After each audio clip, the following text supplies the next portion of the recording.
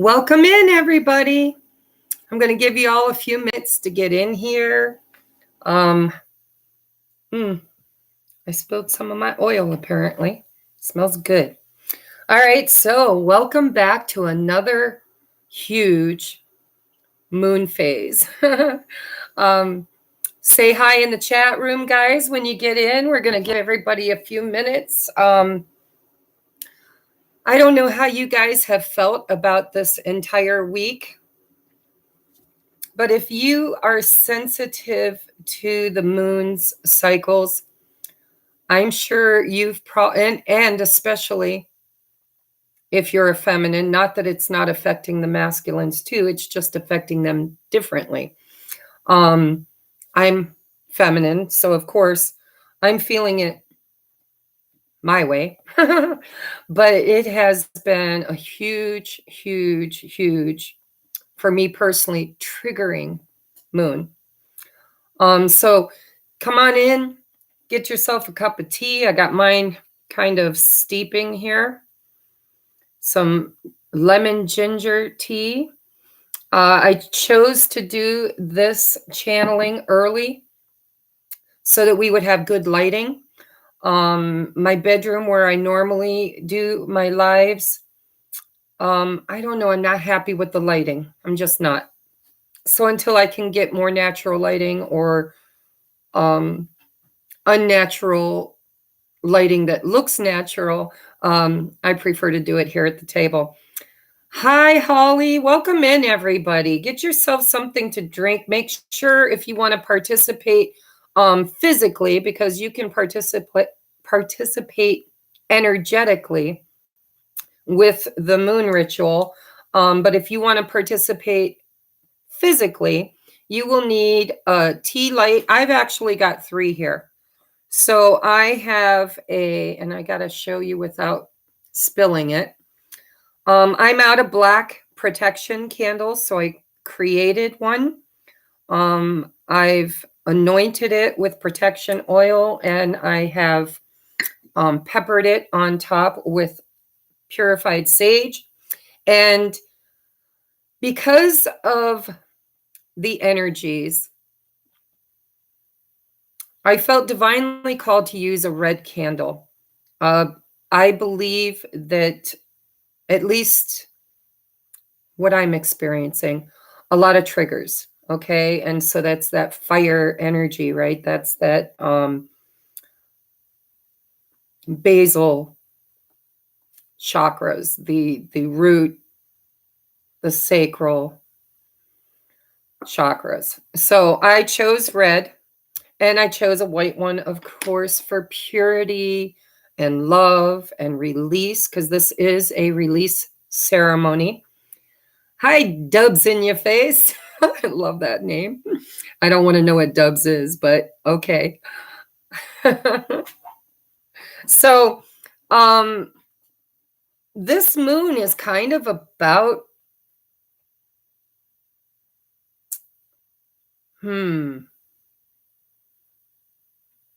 it's about the way we think. It's old versus new. Who was the old you? What did the old you hold near and dear as far as belief systems?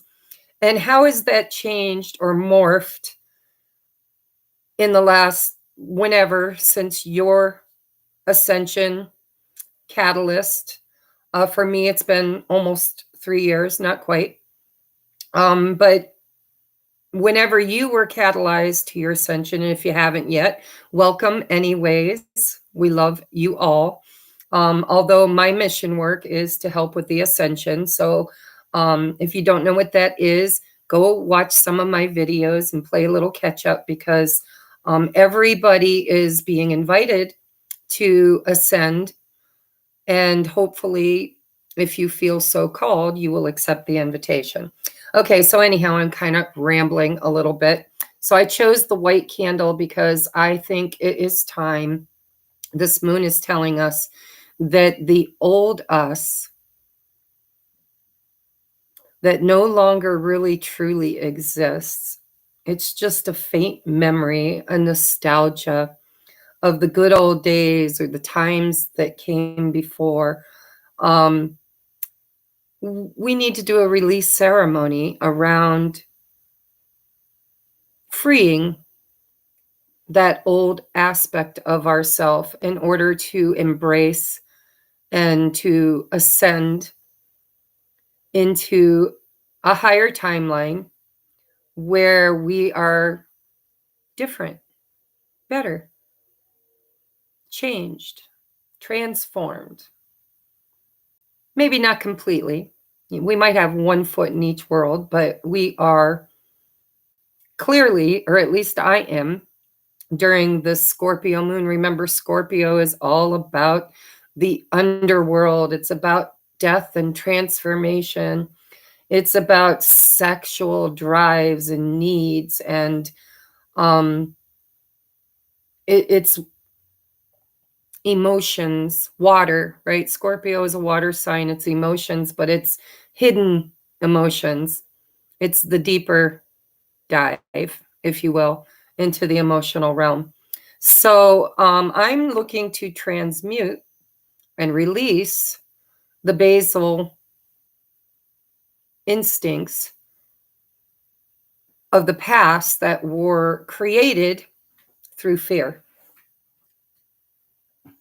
And welcoming in, so I chose my new shawl, which was bought for me by Stephanie. If you're watching, Stephanie, shout out. I love you, girl. She's been showering me with gifts. She's so spiritually attuned, and we've been becoming friends through email. And I am grateful, but I chose to wear the white, not because I'm pure, but because I want to embody the light and the dark within me. I don't know. I'm going to ramble for you guys because I already feel spirit wanting to channel to me.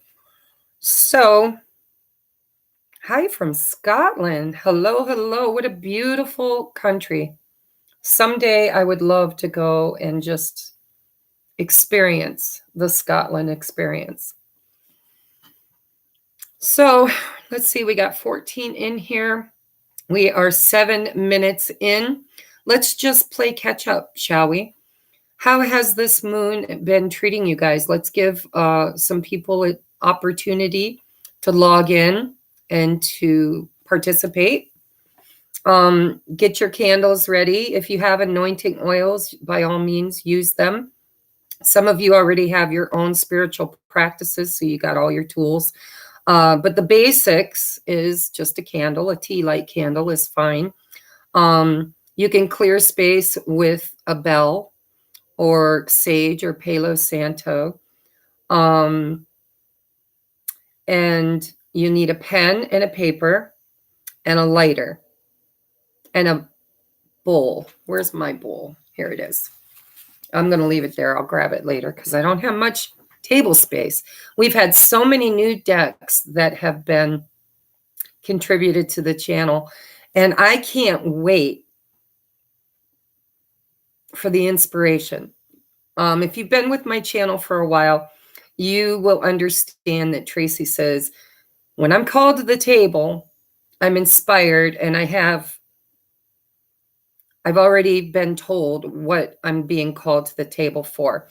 And so I haven't been called to the table with the new energies, which, by the way, the decks that you guys have been donating to the channel are so deep, so high vibrational. Hi, Paula, Holly. Okay, so we got 17 people in the room and maybe 4 that are responding in the chat room. You don't have to, you absolutely don't. But if you would like to say hi and where you're from, I don't always have time to read it while I'm channeling, but I always go back at the very end and read every single comment. Okay, so hi, Pat. Hi, Cindy. Hi, Shauna. Hi, Brianna. If you don't mind sharing, drop where you're from.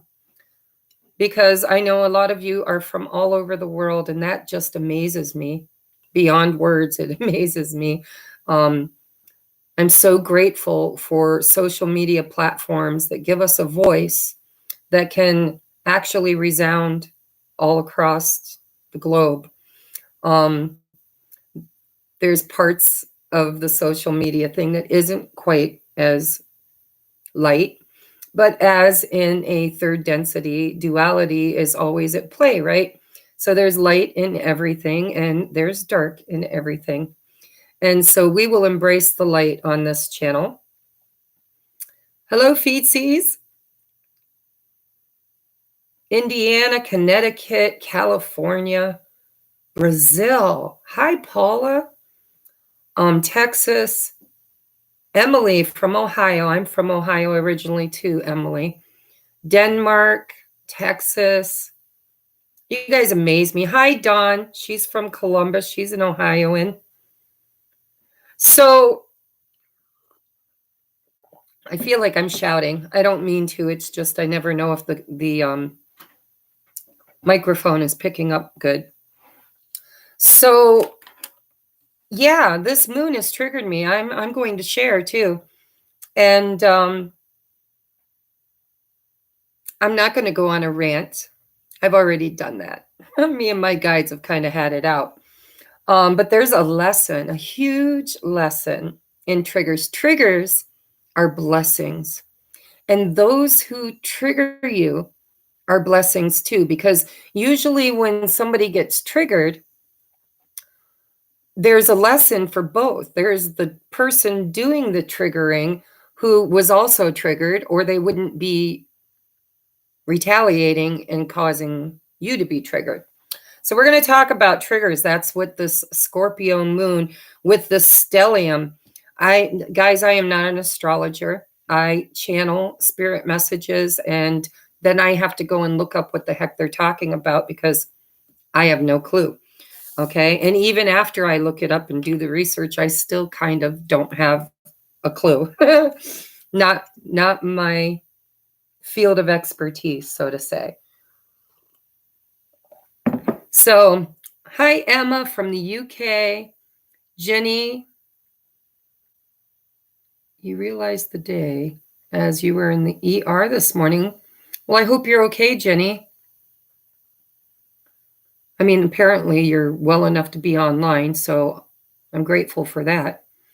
And Jess, you're from Australia. See, we're from all over the world. Isn't that just amazing that we can connect this way? Don't mind my mess. My kids comes in and out, drops things off. It's a never-ending story around here. All right, so I wanted to channel, and Spirit said, we're going to channel through you as we go, which is rare for me. Usually I do the automatic writing and I channel the message before the live broadcast and I present it. Basically, I was in the middle of doing my research around the planetary alignments for the energy, because like I said, I've been triggered and I've been learning a lot. Oh my God, the hard way, mind you, but I've been learning a lot. And so Spirit, as I wrote this down, I had a little light bulb go off in my head and I'm like, oh my God, that's why I'm feeling that way. That's why I was triggered. And so as I tried to channel a message, Spirit said, tonight we're just going to go with it. You're just going to say a prayer with your people. We're going to create sacred space, and we are going to allow you to talk about your experience, and we will channel through that experience. And it would be much easier to be authentic than pre-written. So I don't know what's going to come out. I'm going to stand in integrity and not allow my ego through these triggers, because we all know when you're triggered, it's the ego that's triggered. And I'm going to allow Spirit to kind of pick apart those triggers. And hopefully through my experience, you will use, like Jesus taught with parables, right? It's like, I'm going to story tell, and hopefully the energies will reach you in a way that vibrationally you will understand, because possibly, just possibly, you're going through it too. Okay, hi Sam. So guys, we have 28 people in the room now. If everybody could give me a thumbs up to help push the algorithm, you know, kind of push ourselves out there a little bit further in expansion and growth for the channel, I would appreciate it. Before I get started, I do want to say I am so grateful for all of your guys' requests for personal readings. Hi Leah. I became a little bit overwhelmed. I had over 50 requests within 14 days. And so that's new to me, and I'm a bit of a people pleaser. And so I was trying to hammer those out as quickly as possible. And I found myself apologizing a lot to people because I wasn't getting the work done in the time frame that I thought, my ego thought I could do. So that's also part of this channeled message.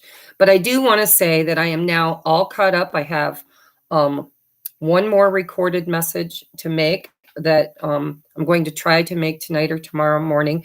So if you're watching, you know who you are, because you would be the only person who's still sitting by your email waiting for the reading to show up. So don't think that I have forgotten you. It's just that my ritual usually happens every new moon and full moon, and I needed to make space for my own personal spiritual practices. Okay, so, oh, thank you, Leah. It takes one to know one, just so you know. We're all mirrors, right, of each other. So I will be opening, I've got quite a few requests in my email at this time that I have not scheduled, because I need a little Tracy recovery time. I'm going to take a day or two after I complete the one that I still have to do. Well, actually I have two, because I have a friend that donated a deck that I want to do a small reading for. But when I'm caught up with that, I am going to take at least 48 hours off. And then I'm going to open my schedule back up. And I do them first come, first serve. I was trying to do them within 3 to 5 days. I'm moving that out now to 7 days to give me time to be able to take care of my life on top of my work. I have a life, right? I've got an 11-year-old child, and I've got responsibilities, and I have health concerns that I need time to take a walk or take a break. Or so if you want your own personal reading, please, by all means, email me. Just know that I'm going to be scheduling out a couple of days out, maybe even a half a week out. And then we're going to pick up where we left off, and I'm going to have more healthy boundaries.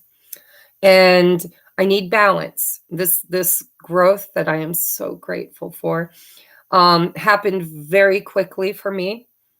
And I got over, I don't know, 1,500 new viewers. For some tarot readers, that's like a drop in the bucket. But a lot of them just read the cards. It's like sitting down and reading a book. You know, it's like, okay, I'm going to sit here and I'm going to read to you the tarot. And others are channelers. They actually are channeling energies around the tarot as well as reading the tarot. And I don't know, I can't speak for other readers, but for me, it takes energy. And so, yeah, I'm going to be seeking balance in my life. I'm going to have certain days that are mine, that are days off. I'm going to have times that I schedule and times that I don't. And if you're interested in a private reading, reach out to me. Like I said, 7 days turnaround is what I'm shooting for. I will be making adjustments as the channel grows. And so just let's build this thing together, right? I could care less about my spotlight. I want the ascension. I want to raise the frequency of the planet. And it is my mission. It is my intention. The whole twin flame thing's been triggering me lately, just so you know. You probably understand that if you're a twin flame, because you're probably triggered too. And so we'll probably touch on that later in the transmission. So is everybody ready? Let's do our moon ritual first, and then we will do the channeled message. Hit that thumbs up. We got 33 people in the room, and 23 have given me a little love. If you guys could give a little love, I would appreciate it. Super chats are activated if anybody would like to donate to the channel, or send enough money for a cup of coffee. I am welcoming that. In the past, I was allowing people to pay a fee or a super chat in order to get a mini reading. However, we're evolving beyond that time and space.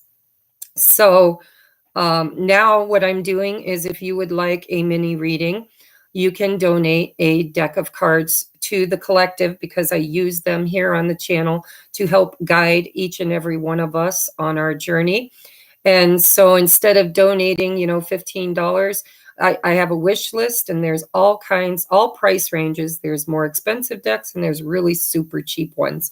And so if you would like a mini energy check-in and would like to contribute to the collective read for everybody, donate a deck, and you will get your own personal reading with that deck and other decks that I choose to use for it. All right, enough business talk. I'm really tired of business lately. I like to be creative, but I guess I need to learn to be that business person too, right? All right, so guys, I use a mechanical pencil, and this one I've hammered down. There's no lead in it. It's just the tip. I've hammered it down so there's not even a hole in it, right? And I use it to carve into my candles. And so I've already prepared a protection candle. I showed everybody in the beginning. It's a tea light candle. I anointed it with protection oil. I peppered it with some sage, and I wrote protection on it because I'm out of black candles. And so I do want to light that before we start. As soon as I find my lighter, we'll start with this candle first. So if you guys are practitioners and you own protection candles, you may or may not choose to burn one. If you do, I would suggest doing it before the ritual. And on top of that, I'm going to sage. I'm just looking at that to see if it's going to catch fire. I might have got too much oil on it. Nope, there it goes. All right. I'm going to prepare space. We're going to say a prayer, and then we're going to carve our candles. We're going to set our intentions, and then we're going to do a release ceremony. And anytime you release something from your energetic field, it creates a void.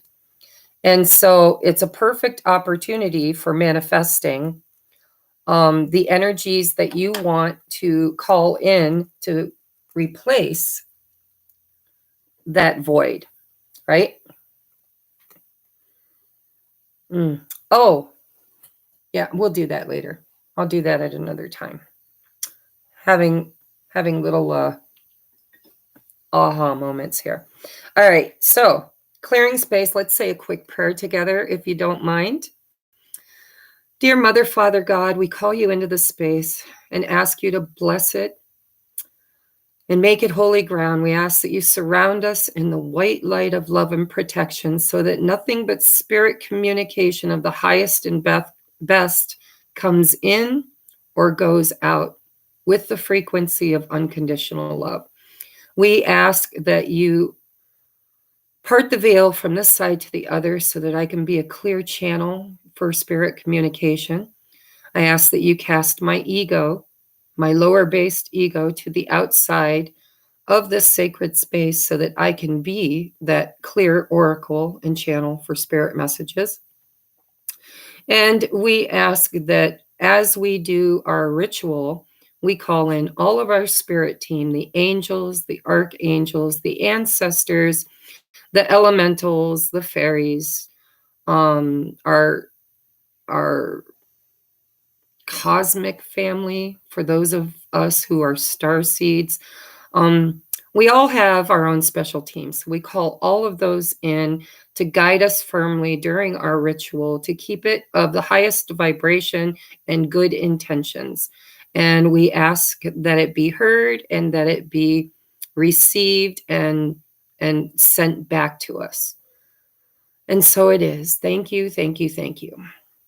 All right. So let's see. I lost a few people on that. Apparently, some people don't like to pray, and that's okay. I do, and I shall. So, okay. Next, I am going to carve into, I think I'll start with the red candle. Okay. I want to use the red candle to release fear.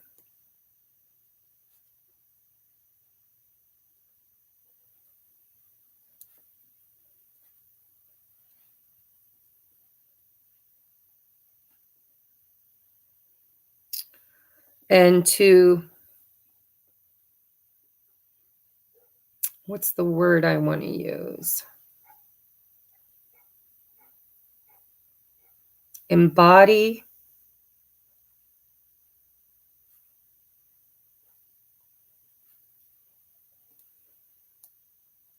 strength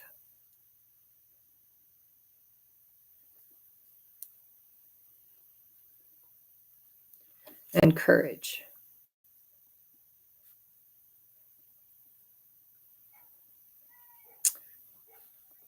So I'm setting my intentions, guys, that I want to transmute the energies of fear and limitations, and to embody the strength and courage to not just release it and avoid it, but to actually learn the lessons it was there to teach me, and to send it off with love and light and gratitude for the lessons learned. So after I carve it, I burn a little bit of the bottom just to get some wax, and then I stand it up in my candle holder. Now I'm going to carve into my white candle. And you can carve whatever you want, but I've been working on unity consciousness, not just twin flame union, but unity consciousness, going from separation to unity. And so I am drawing the Vesica Pisces, which is like the MasterCard symbol. It's 2 circles that overlap in the middle. And I am writing unity or union. I'll write union. And I am writing in, let's see, what else do I want to set my intentions for?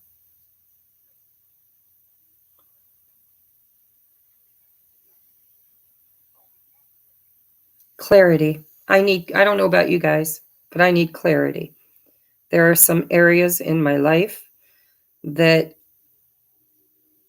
are shrouded right now in moon energy. So, okay, where's my anointing oil? I'm going to anoint these, and then I'm going to set them on fire. Now, you guys can absolutely carve into your candles anything that you want to, anything you want to. However, bear in mind that karma is very real, And karma, by definition, is causing harm to other or to self, or to impose your will and your desires upon another's free will. So I don't recommend spell can or love incantations unless, of course, you do it from a place of the highest and best for all with free will.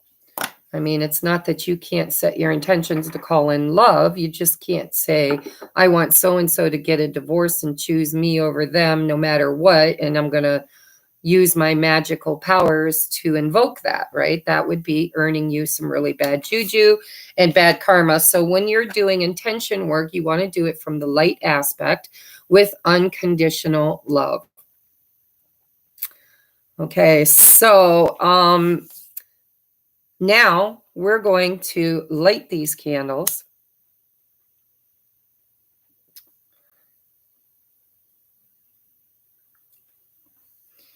And I would like you to get a blank piece of paper. And I would like you to take a moment to write down. Let's talk for just a minute before we do this portion, because I want it to be done with intent. So where in your life, since you have been activated, whether it was through a catalyst person, a twin flame, high-level soulmate, mirror soul. Mirror souls can be anybody. It can be a friend. It doesn't have to be romantic in nature, but they definitely mirror back to you behaviors and patterns and bring that shadow from inside to the surface to be transmuted and healed, right? So no matter how you were catalyzed, from the time that you started your ascension journey, whether it was 5 minutes ago or 5 years ago or 50 years ago, how have you been divinely guided by spirit to change who you are, right? That caterpillar going into the chrysalis and coming out the other side completely. It's death to the old, because Scorpio is dealing with death to the old. And so what bits and pieces of you have you been divinely shown through your catalyst that needs to change? For me, I was very codependent. I was a people pleaser to my own detriment. Like literally, I was willing to do anything for anybody because I wanted to be that unconditional love archetype. However, what I didn't realize, the shadow, was that I wasn't really doing it with unconditional love. I was doing it because I felt hollow and empty and unloved and unworthy and whatever inside of myself. So I was out there trying to buy everybody's love by people pleasing. And I had no boundaries. I was many people's doormat. And a lot of people that I considered to be very, very sacred, high-level friends kind of morphed in front of my very eyes, and I saw the truth that they used my light to make themselves shine brighter, which I didn't really mind. I was all for it. I hear shine. Let me help you shine as bright as you can shine, right? But what I didn't realize was that I wasn't giving them universal love source light. I was giving them my life force energy and allowing them to drain my battery and prevent me from experiencing unconditional love. That's why I was empty all the time.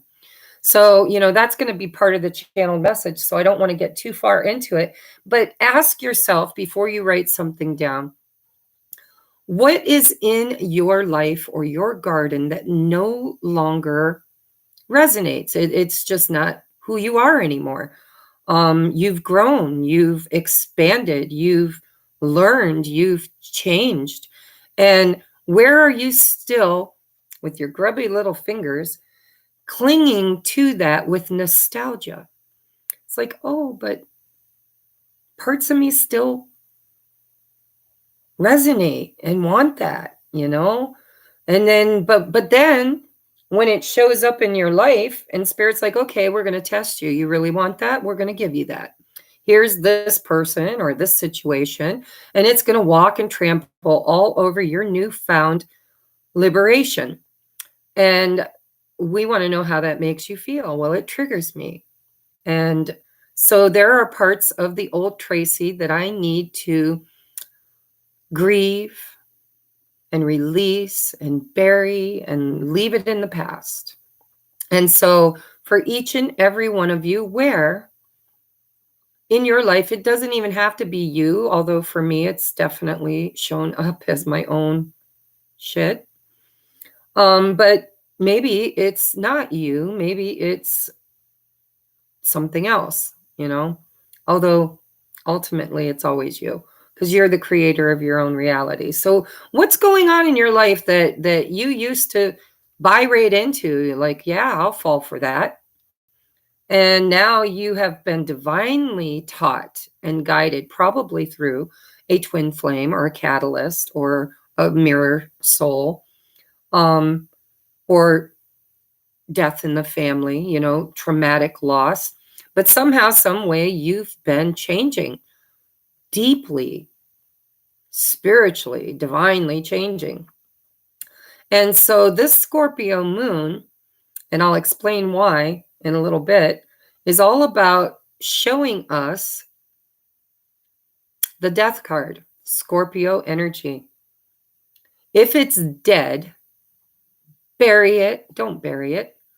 Well, yeah, release it first, transmute it, learn the lesson, be grateful for it, and then lay it to rest. May you rest in peace. I am no longer that. And I am grateful that I am no longer that. And so the triggers that I've been experiencing are spirits testing me. Are you really ready to let it go? And I do believe I am. And I'm not 100% sure I like the new Tracy yet, because the old Tracy is still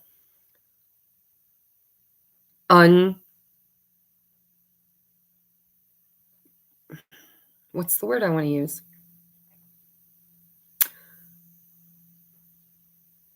Unintegrated, maybe? I'm not sure what vocabulary to put around that definition. But quite frankly, you can't serve two masters. You can't say, I don't want to be that, I want to be that. And then when you're called to be that, you revert to that. So it's time to choose. And the Scorpio moon is going to test you.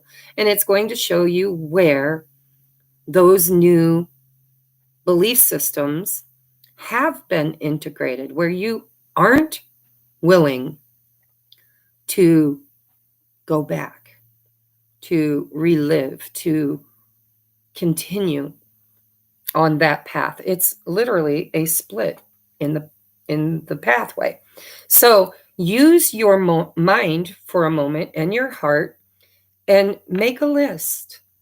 And, you know, there will be other Scorpio moons, but this Scorpio moon is special. And we'll talk about that in the channeled message too. There's a stellium of other planets that are very rarely in communication altogether, that are now in communication altogether in order to work with the energy, right? To create the energy for you to work with. And so write down as many things as you feel you are ready to release and let go of forever. And then on the flip side of your paper, we're going to write, when we create space by releasing that, we want to manifest or integrate. Maybe you've already manifested it, but we want to integrate. We want to fill those voids with the new template, the new belief system, the new us, right? And so that's what we're going to do. And I'd like to give you a few minutes to do that. Okay. It's very personal. It's Scorpio, guys. It's sex, it's discrepancy, it's dark thoughts, dark emotions, it's your shadow, right? And we're not going to share that. I'm not going to share mine. I'm not. But I want you to do it. Okay? I don't know what you're talking about in there, but I hope you're paying attention, guys. So write down what's the old you? What needs to go? What are you ready to let go of, right? I am absolutely ready to let go of certain aspects of myself. So I'm going to write that down. Okay. So releasing. You can write releasing and then make your list.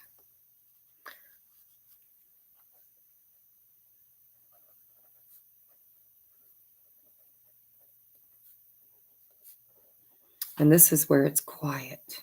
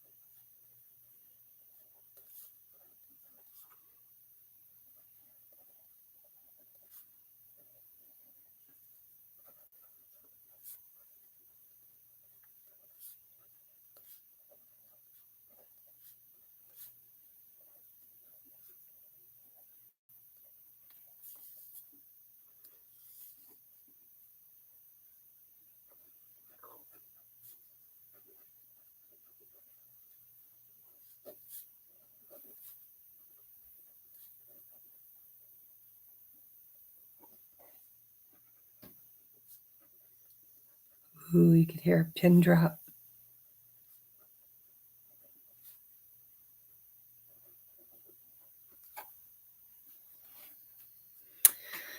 Anything else I want to release?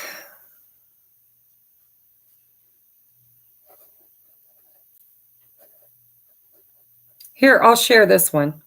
You guys might want to write this down. I want to release all low vibrational emotions that do not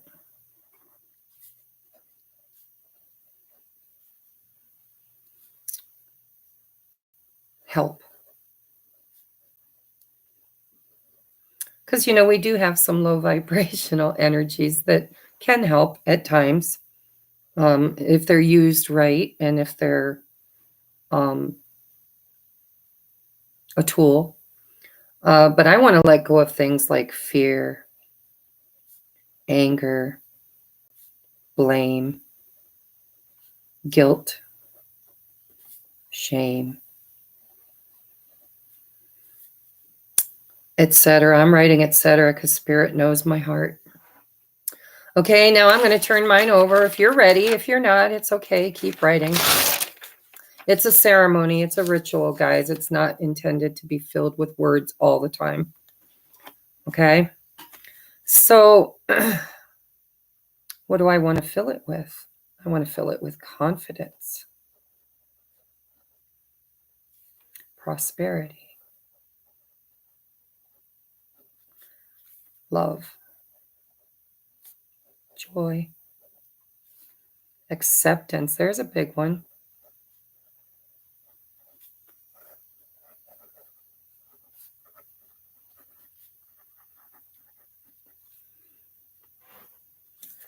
Unity, patience. Everybody's is going to be different, guys. I'm a hot mess. Wow, did you see that? That was cool. I don't know if it was smoke or a spirit, but it went. It's pretty cool. Could have been fuzz.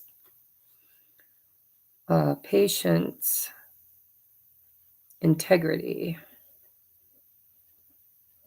discernment. There we go. I need some of that.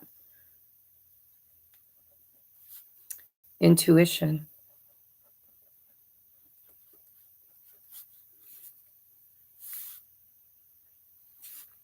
Clarity. And charity. Clarity and charity. Sounds like sisters, don't it?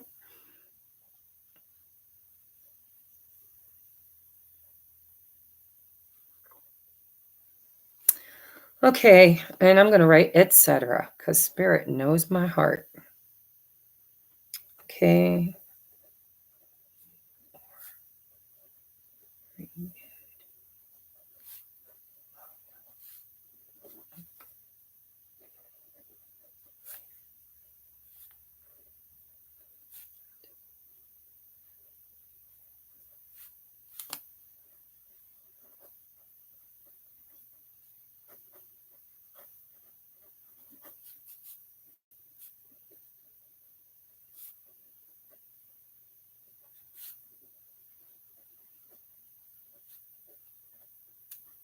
And then I'm writing all of this or better, because sometimes Spirit's idea of what we need is much better and much clearer than we will ever come to. So whatever you're asking for, ask for it and say this or better. Then I always sign mine, guys. You can do what you want, but I always write, I am a powerful, conscious creator, co-creating with the divine, my highest and best. Now listen, in the past I always wrote my highest and best life. Now I'm writing my highest best life and timeline, because we are quantum jumping right now, timelines. And in order to ascend into higher timelines, you have to become the vibrational match to the frequency of that timeline. Okay, and then I write, thank you, thank you, thank you, 3 times. 3 is a magic number.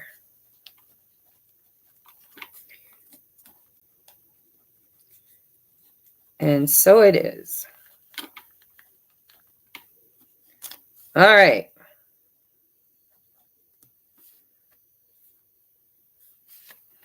All right. I'm ready. How's everybody doing? Yeah, sex, death, and transformation. That's what Scorpios are all about. Yes, you are. It's the shadow. It's the shadow, emotional shadow, right? All right. So when I do mine, I have to get my bowl. I don't twist it very tight, because the tighter you twist it, the less quickly it burns, and sometimes it'll go out on you because it doesn't get enough oxygen, and then you have to relight it, and I just don't like doing that. I want it to burn. So, are you guys ready? I'm going to say another prayer, an invocation, and we'll see how many people we lose in the room this time, right? Dear Mother, Father, God, we offer these intentions upward under the full moon, pink moon, supermoon, and we ask to embrace the energies of this lesson that this moon brings us, to release everything we have expressed and everything that we haven't expressed that you believe we are ready for. And we call in manifestation to fill those voids with all of the things that we are now becoming. And we ask that it be, and so it is. And there she blows. And this is the point where I also add a little prayer that my smoke alarm does not go off during the ritual. See how quick that burns, guys? And it burns quick because I barely twisted it. And it completely burned. Just a little bit of ember still going. Now, you guys can do what you want, but I keep my ashes. And when the sun goes down and the moon comes up, I set out, hi, Love Triber. I set out a couple of bottles. Well, you can do as many as you want. I set out one for each day. So I set out 7, sometimes 5, I don't know, whatever I feel called to do or whatever I have handy.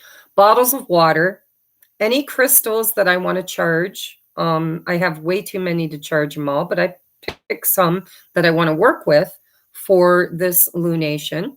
And so out on my patio, I will put the ashes and I will blow them into the wind. And I line up my water to become moon water, to be blessed by the moon, to seal the intentions. And I will charge any crystals that I want to work with until the next lunation. And that, my friends, is your full super moon in Scorpio, pink moon, which, by the way, I believe was named for a flower, if I remember correctly, but I don't remember which flower. But that's how I got the name Pink Moon. Okay, so I'm going to set this aside and save this for the rest of my ritual that I will do tonight underneath the full moon. Now, just let your candles burn until those suckers burn out all on their own. Sometimes they will go out early. I actually have to move mine back because when I shuffle cards, the shuffling blows them out. But I read candles. So if my candle burns completely gone, which, by the way, my protection candles usually do, it's like there's no wax left at all. It's just the charred wick. That tells me that, you know, there were energies trying to interfere with the ritual. And so it did its job. And so if I do a candle and let's say it burns 3/4 of the way and it naturally goes out on its own, that tells me that whatever it was that I was trying to release, I may not be completely ready for everything that I was claiming I was ready to release. And, you know, read it with your intentions and your intuition. All right. So now we're going to bring up the channeling. And I'm just, like I said, I didn't really write the channeling down. I just wrote down my research on the moon, and I didn't do a lot of that. You're welcome. You're welcome, guys. So very welcome. And then I'm just going to channel from my heart and allow spirit to come through me to hopefully bring you guys some clarity on how to utilize the energy of the Scorpio moon to your highest and best usefulness. Words sometimes just like escape me. All right, so it is April 26, 2021, depending on whether you're in what hemisphere of the world you're in. It is the full moon, I believe, at 10-something p.m. tonight here in the Eastern Seaboard. And I didn't write it down, but it happens for the rest of you on the other side. Tomorrow, sometime in the wee morning, I believe. And you're welcome, Kristen.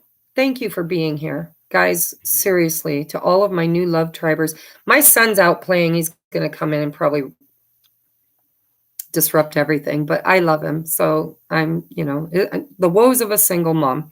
So anyhow, this is what I learned just by doing a little bit of research. And then I had an aha moment. I'm doing my live, honey, so try to be quiet, okay? Are you staying in? No. I'm grabbing my finger and a couple popsicles. Okay, honey. So I titled this Triggers. Now, this Scorpio moon is definitely not going to be the same for everybody. I can only teach from my own experiences. I am not, I didn't go to school for any kind of training. I am a channel, and I'm an intuitive and a psychic medium. And so, can you hurry, Jesse? I'm sorry, I have a hard time concentrating. Please get your stuff and go so that I can finish my channeled message, okay? I would like all the garbage put in the can and nothing left in the yard, okay? All right.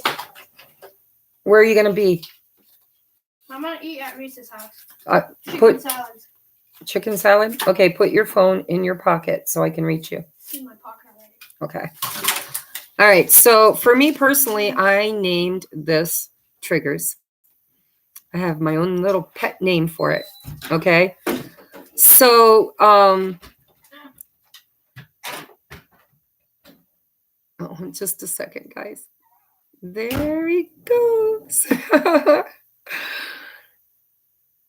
Okay. Yeah, Jesse, isn't he so sweet? He can be a pain in the ass, but I love him so much. All right. So basically, welcome to another lunation cycle. In my research, I have found that this particular moon phase includes a Taurus stellium. Now, I have no clue or idea what that is. I was beginning to channel, and I heard it, and so I had to go research it, and this is what I found. And I hope I have it right. If you're an astrologer and I'm mutilating this, then please let me know in the comment section with love, not judgment, because I'm not an astrologer. Okay, so a Taurus stellium between the sun at 0 degrees, Mercury at 2 degrees, Venus at 7 degrees, and Uranus at 10 degrees. And then here's the kicker. Black moon Lilith at 20 degrees. Now, I don't know if you're familiar with your birth chart. I've done mine. I don't fully understand it. I've memorized a few things in it. Hi, little Annie. But I have very little knowledge around astrology. And so one thing I do know, though, is that my Black moon Lilith is in my midhaven in the sign of Aries. Now, the little bit I do know about these energies tells me that that's probably a huge part of my incarnation at this time, part of my lessons, right? So if you're an astrologer and you want to decode that for me, send me an email. Anyhow, so I wrote down the archetypes because I'm just learning this and I don't know how many of you know anything about it. So I wanted to write down the archetypes to give us an idea. If you think of these planets as personalities, like humans, right? Not that they are, but archetypes with personalities. We need to understand what kind of personality they have to kind of understand the conversation that's going on between the energies. And so for me, I wanted the knowledge. So I wrote down the sun. The sun is the archetype of renewal of life, right? The sun and the moon is a transition. Death and rebirth happens in a cycle. The death is when the sun goes down, and the rebirth is the next morning when it comes back up again. And the same for the moon. And it is polarization, right? It is polarity. It's the yin, the yang, the up, the down, the in, the out, the polarity. And so then Mercury is the archetype of the mind, and it deals with thinking and communication. It's logic and expression, right? I'm sure there's more. These are just abbreviated basics, right? Then we have Venus, the goddess, who is filled with selfless devotion to another person. That's her, that's part of her. There are darker sides to her, but we're going to work with this energy because I'll get to that in a minute. I was intuitively told to write selfless devotion to another person. Then we have Uranus, who is the disruptor, right? Chaos, revolutionary, freedom. Think freedom fighter, right? Expansion. Well, Jupiter is the archetype of expansion, but this is growth through chaos, disruption. And then we have Black Moon Lilith.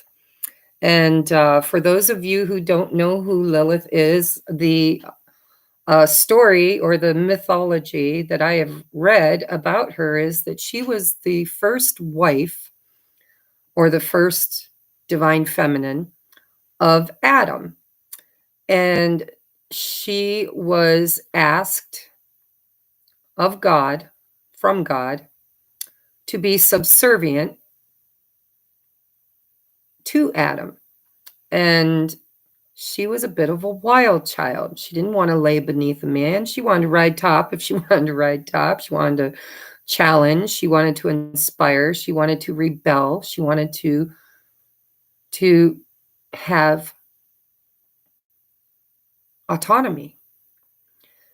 And because of that, she was cast out of the Garden of Eden, and she went willingly. She's like, fare thee well, I'll go create over here, where I can be that darker, free, feminine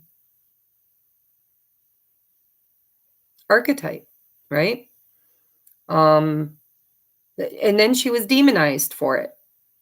She was demonized, and there's been lots of, nightmarish stories told about her stealing firstborn children, that SIDS, kids that die of SIDS, it's because Lilith takes them to rebel against the father. Thank you, Darcy. Thank you so much for that super chat. I appreciate you. I wish I could see your picture better. I don't know what you got on your head, but you look beautiful. Thank you, Darcy. If you want to research Lilith, she's quite the character to research. Okay, so this is where I had a little bit of a light bulb go off. I'm going to share with you guys, and this sometimes pisses people off. They're like, all you do is talk about yourself. Well, guys, that's how I teach. I don't have any other template to teach from but my own experience. And so, a lot of people open YouTube channels because maybe they have abuse history and they want to empower people to overcome their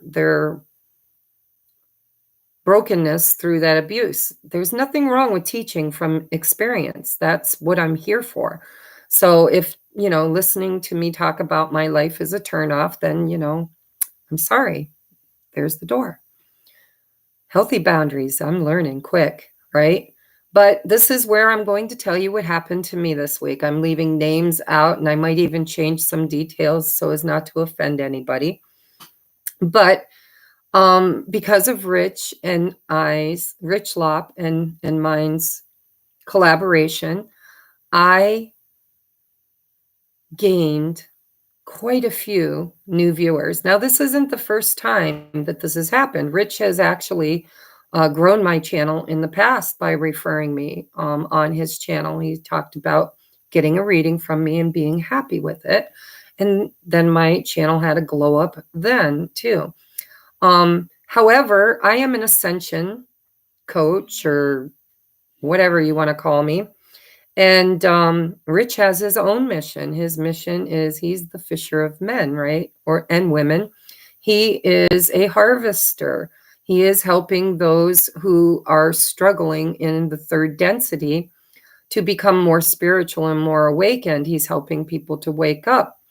And so, he has a lot more followers because there are a lot more people who are just waking up than there are people who have been on this journey for a while. We're a smaller group, but we are powerful. And so when I have a huge glow up from him, through him, it's like throwing mud at a wall, right? Everybody kind of wants to come check me out, see if I resonate, become part of the tribe. And then as I start channeling or doing these really fifth dimensional readings, they get a little lost and they want it, but they're not quite there yet. They're on their way, absolutely, or they wouldn't be called to explore, but they need some foundation before they're ready to be where some of us who have been on this journey for a while now are at. You don't begrudge a child that's 4 or 5 years old for not being able to jump on a 250-pound Harley Davidson and ride it down through the park, right? I'm sure that there are some pretty miraculous children out there that are advanced enough to do that, maybe. I don't know. But most people have to have certain foundational experiences and evolution physically and spiritually, and intellectually and emotionally in order to be able to do certain things. It's evolution, guys. We're just evolving. And some of us are older and some of us are younger and some of us have had more experience and some of us haven't. Nobody's better than another or higher than. It's just everything. You're always exactly where you need to be when you need to be there. And so I'm learning on my journey that, my channel grows and then retreats a little, and it's like a shapeshifter. It'll grow really exponentially. And then, maybe if I got 1,500 new viewers, 100 of them drop off, but 1,400 of them stay. That's a success rate that I am amazed and honored to have. And that tells me that the collective is growing and that we are becoming more and more evolved. And I am honored to be an oracle that is in that timeline, that frequency. There are other oracles and mediums, that light workers that are on higher timelines than I'm even closely or remotely ready for. And so we'll grow together as a tribe. And as we evolve, some will evolve faster, some will take a little longer. Then we will jump timelines again, and I will be brought up to a higher frequency where there will be masters or higher vibrational teachers to receive me and to mentor me, right? And then I will mentor you, and then you will mentor others. And that's how the awakening happens. It's an awakening. It's like dropping a pebble into a pond and watching the rings expand outward. So my 5D self kind of understands this idea or this vibration. But there's still a part of me who is human and struggles with ego. And my ego gets a little bruised when I see people fading off. I'm like, oh, I was so happy. We had so many people. And now every day I open up and I see 1 or 2 gone and then 3 or 4 gone. And so my ego was and does get a little bit battered when that happens. And then spirit has to come in and remind me that this is not a popularity contest and I am not here for fortune and fame, although that might be a blessing that I could receive from it. It's not my intention and it's not the reason I'm here. I'm here because I want to leave a legacy for future generations where we are not enslaved to the lower service to self, darker energies. And so anyhow, I am rambling a little bit. I do apologize. So what happened to me this week? I've been doing this for, I think, 2 years now. And I have never, ever had a client not like me. And that was a huge stroke to my ego. I felt validated. I felt amazed. I felt happy. I felt loved and supported. I mean, all of you guys are so beautifully supportive to me and my mission, and you participate. I mean, I've been getting all kinds of donations to participate with the mission, and that's beautiful, and I am so grateful. But as you grow up or glow up, as you expand and evolve, there are going to be those who are not of the same frequency, and they do not understand your teachings, and they lash out and find a trigger. They get triggered by me, which makes me really sad, because it's never my intention ever to teach from my ego. Does it happen? I'm pretty sure it does. Does spirit usually intervene and clean it up? Almost always. But I got triggered this week because now I've got a lot more clients with personalities, and a lot of them came from Rich, and they came from what I would like to call a different timeline. Not worse than, better than, not higher than, lower than. It's all vibration, just a different vibration. And one of the clients that I did a reading for was not happy with my services. And it really, I triggered them. I know I did. And if you're watching, I am truly sorry. I did not have any intentions whatsoever to trigger you. And a lot of what you said has been recognized by my higher self as being valid. However, my ego took a blow big time, like a 2x4 upside the head. And I was triggered. And so that trigger made me realize that I embody a lot of, well, we all embody all of the archetypes of all 12 planets. And then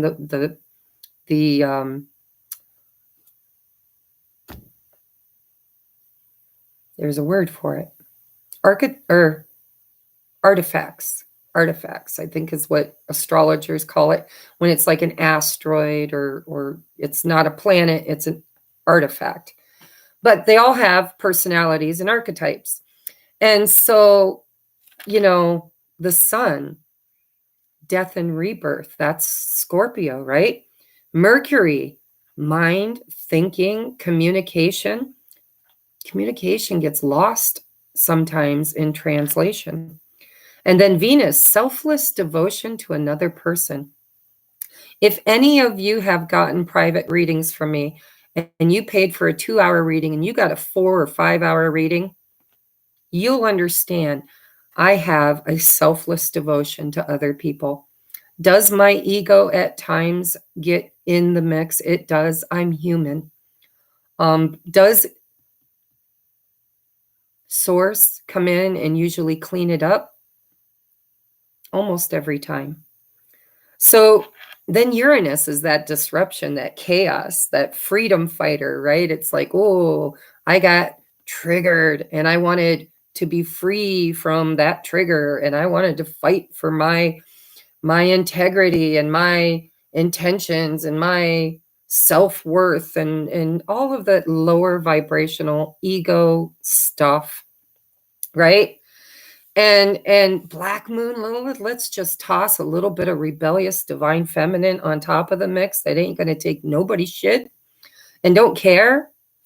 I mean, Venus is like the polar opposite of Black Moon Lilith. Black Moon Lilith is like, I've got healthy boundaries. I'm not pleasing you. Why should I please you? Are you going to feed me? Are you going to clothe me? Are you going to stroke my ego and keep me happy? I can do that for myself. Thank you very much.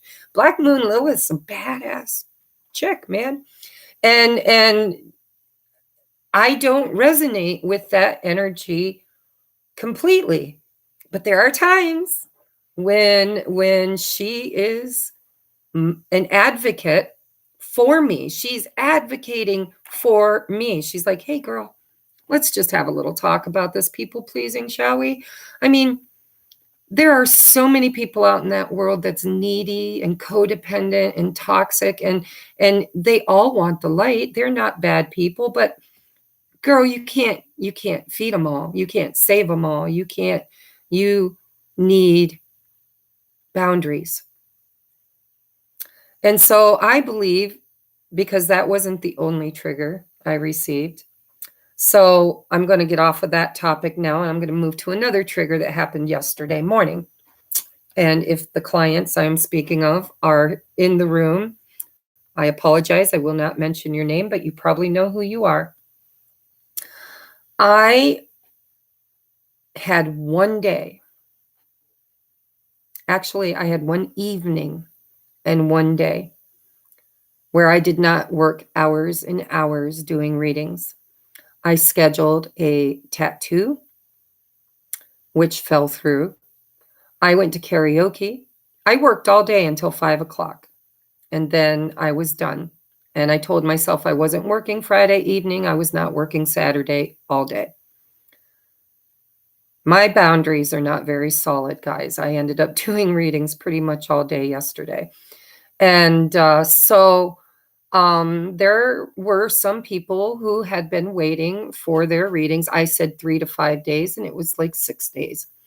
And, you know, they kept reaching out and wanting to know, when is my reading coming? And I was like, I'm doing them in the order that they came in, and I am working very diligently. I promise to get to you as soon as possible. And so anyhow, moving on to the next trigger. It was Saturday morning. I think it was Saturday. I don't know. I get lost on my days. Maybe it was Sunday. Maybe it was Saturday I went out. Irregardless, the next day, I wanted to do my own personal spiritual work for this moon. I was feeling the energies, and they were pressing down on me. I felt a purge coming on. I felt highly triggered. My ego was bruised and sore. Some things were being shown to me that I didn't like about myself. And so I needed space. I needed time. I do my own ritual. I do a sacred bath. I use sea salt and crystals and candles and music and essential oils and prayer and meditation. And I'm usually in there for 2 or 3 hours. And so it was early in the morning. I hadn't prepared yet. I had just woke up and was getting me a cup of coffee, which, by the way, I want to drink my tea before it gets too cold. And a couple that I have been counseling and helping, a twin flame couple, reached out to me, and they were a hot mess. They were triggered also, because that's what this moon is doing, I believe, to many of us who are serving two masters, right? Trying to be the old us and still trying to be the new us. And they are two very, very different beings, because we are evolving. And so they reached out and they're like, listen, I know it's short notice, but things are pretty toxic between us at the moment, and we could really use some help.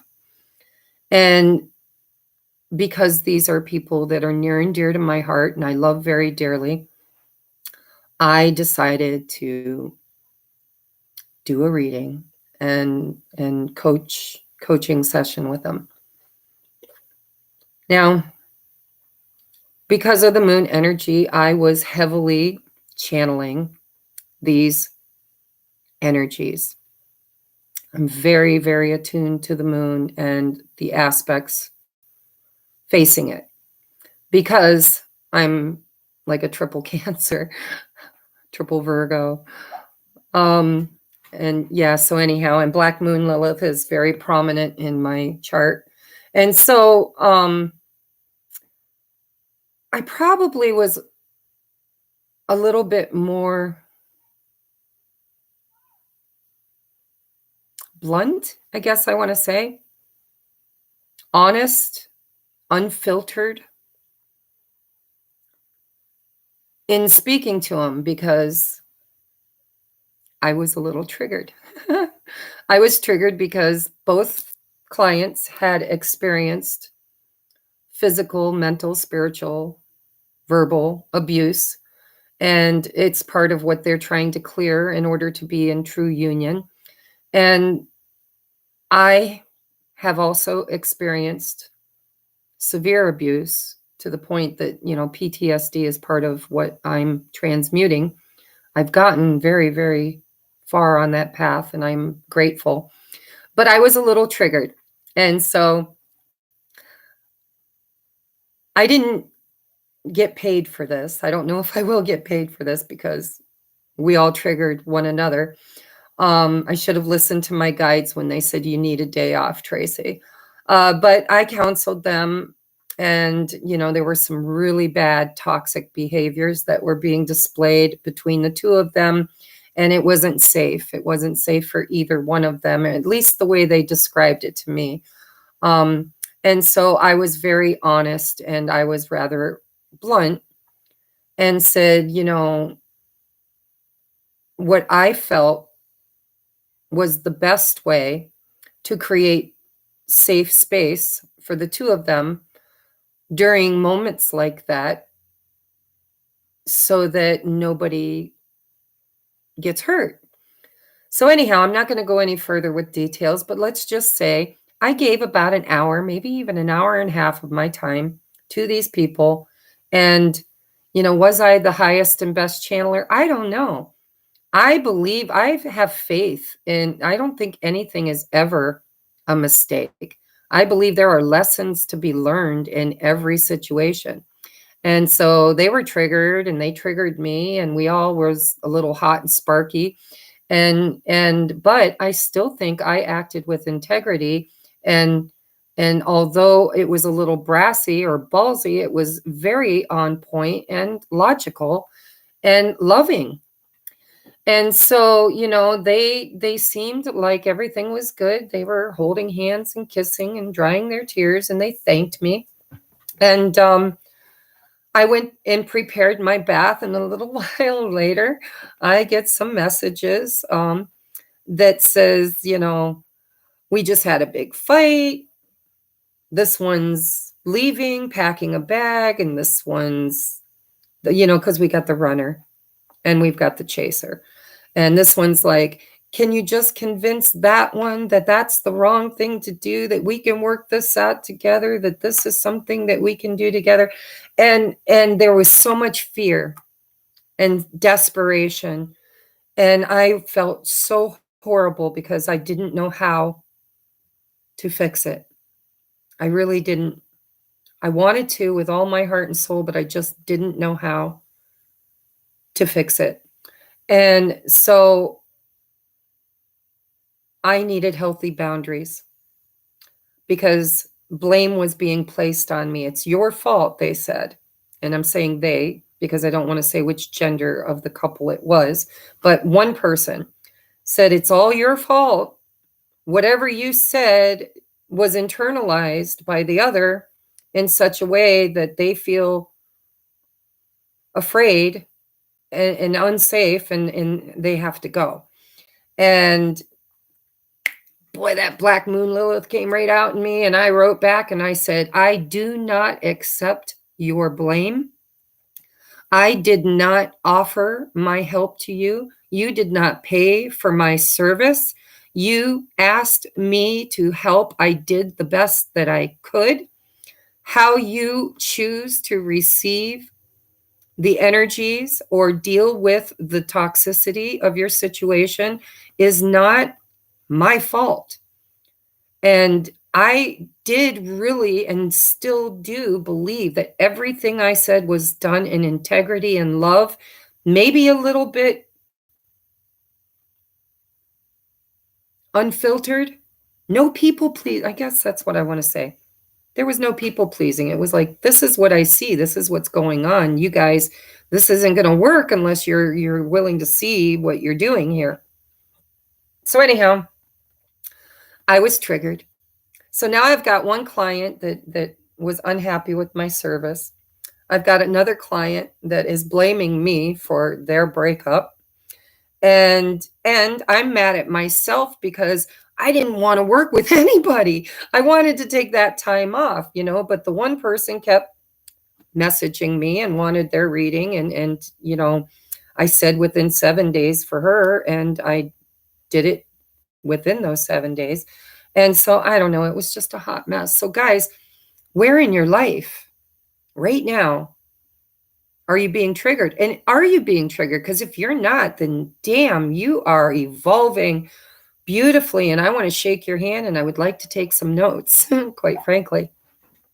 So now it's a very personal journey, the ascension. And, communication, that's that Mercury. Well, first of all, the sun, death and rebirth, right? That's Scorpio energy. And, there's an old me that would have bent over backwards, probably refunded the one's money, and spent hours and hours and hours trying to fix the other two's toxicity. That would have been the old Tracy. And I was very, very divinely guided to put up firm boundaries and say, no, if our interaction is not where you are at vibrationally, then I can't work with you. You're going to have to find another reader, somebody that is in the vibration and frequency that you need in order to expand and evolve. So death and rebirth, I need to let go of the old Tracy.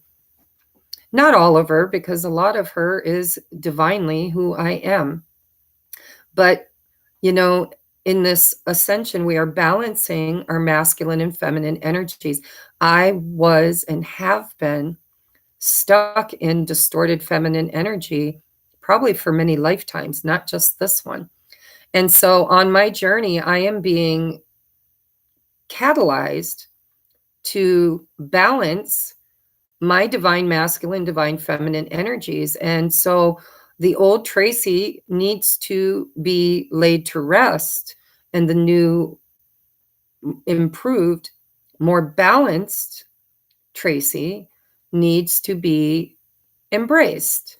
Not in ego, which, by the way, Spirit was so gentle with me, considering how bad it could have went, and so quick to show me the lesson and to allow me to incorporate and integrate my part in it, my shadow. And it was beautiful, and I am grateful. And if any of these people I am talking about, thank you, Underdog. Thank you for that super chat. You guys love, validation feels nice to the ego. I'm just going to say, I try not to be in the ego, but validation lets me know that all the love and care and work that I put into the channel is at least being received and hopefully helpful, right? So thank you for giving that to me. And so if any of these people, you probably have already figured out, if you're in the room, that you're the person I'm talking about. I want to thank you from the bottom of my heart for triggering me. And I hope that you can evolve to the point where you're grateful for me triggering you. Triggers are blessings. It is an opportunity to understand where our brokenness and where our shadow is ruling our behaviors. And so triggers are blessings, and I am so grateful. And I'm sorry, but I'm not sorry. I'm sorry that I triggered you, but I am grateful that I triggered you because you needed to evolve as much as I did. Triggers are a two-way street. What you put out, you get back. That's also the law of universal energy, right? What you put out, you get back. So I'm grateful. I believe that this moon is all about speaking our new truth, reinventing ourselves in a more balanced way. I need some healthy divine masculine energy in my experience. I need those healthy boundaries. I need balance in my work life. I need time to eat, because quite frankly, quite a few days here, I haven't even taken time out to do that. And that's unacceptable. In the future, as I move forward with my business, I need a plan. I need a schedule, and I need to stick to it. And I offer emergency readings, and I did not stick to the script. Somebody needed an emergency reading. I gave it to them. I didn't get paid for it, and they got triggered. And so a boundary had been crossed, and it was a boundary I set up to protect myself, and I didn't stick to it, and so I was triggered, and it was a blessing, and I am grateful. I hope they figure it out, because I love them both very much. And but there's a lot of healing that we are all going through at this time, and a lot of those toxic behaviors need to be transmuted, and the light needs to shine on them. We need to become aware of them. Some of us don't even know how toxic we behave, or even why. And that certainly has been me for a very long time. And so, yeah, the sun, what needs to be reborn within you and embraced, and what needs to be the moon, buried, Scorpio, released, transmuted, learned, and let go of. And then the Mercury archetype, it's what we think, and it's how we communicate with others through that thought process. And, the higher mind versus the ego mind. Then Venus, selfless devotion to another person. That's me, guys. I love people. I don't want to ever disappoint anybody. And that's part of my brokenness.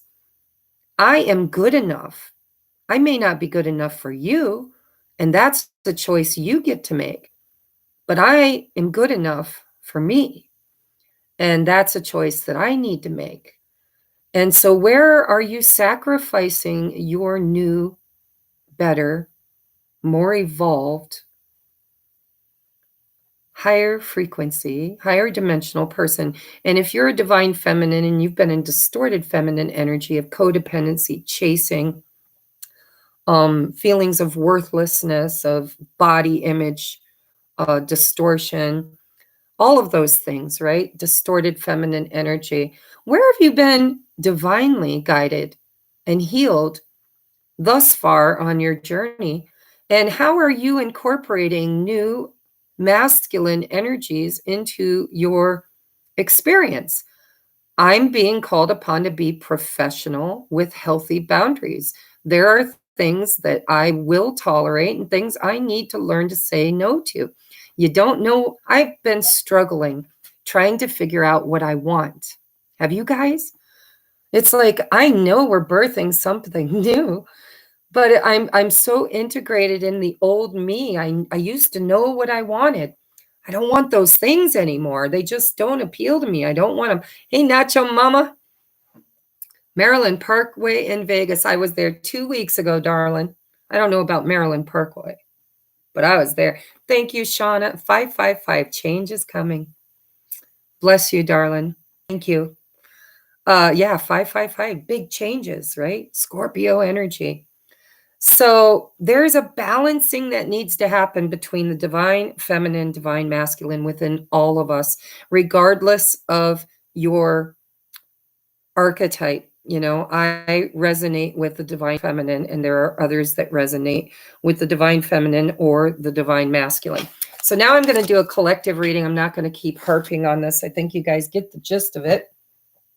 But I'm going to do a collective reading for this Scorpio moon and ask Spirit to maybe elaborate a little bit more on the energies and how we can use them to move us into the higher, more evolved version of ourselves on the higher timelines, in the higher densities. We are on our way, guys.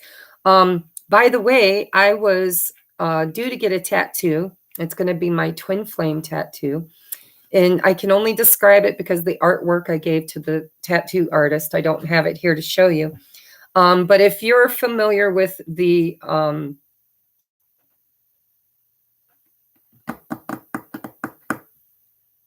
don't remember the name of it.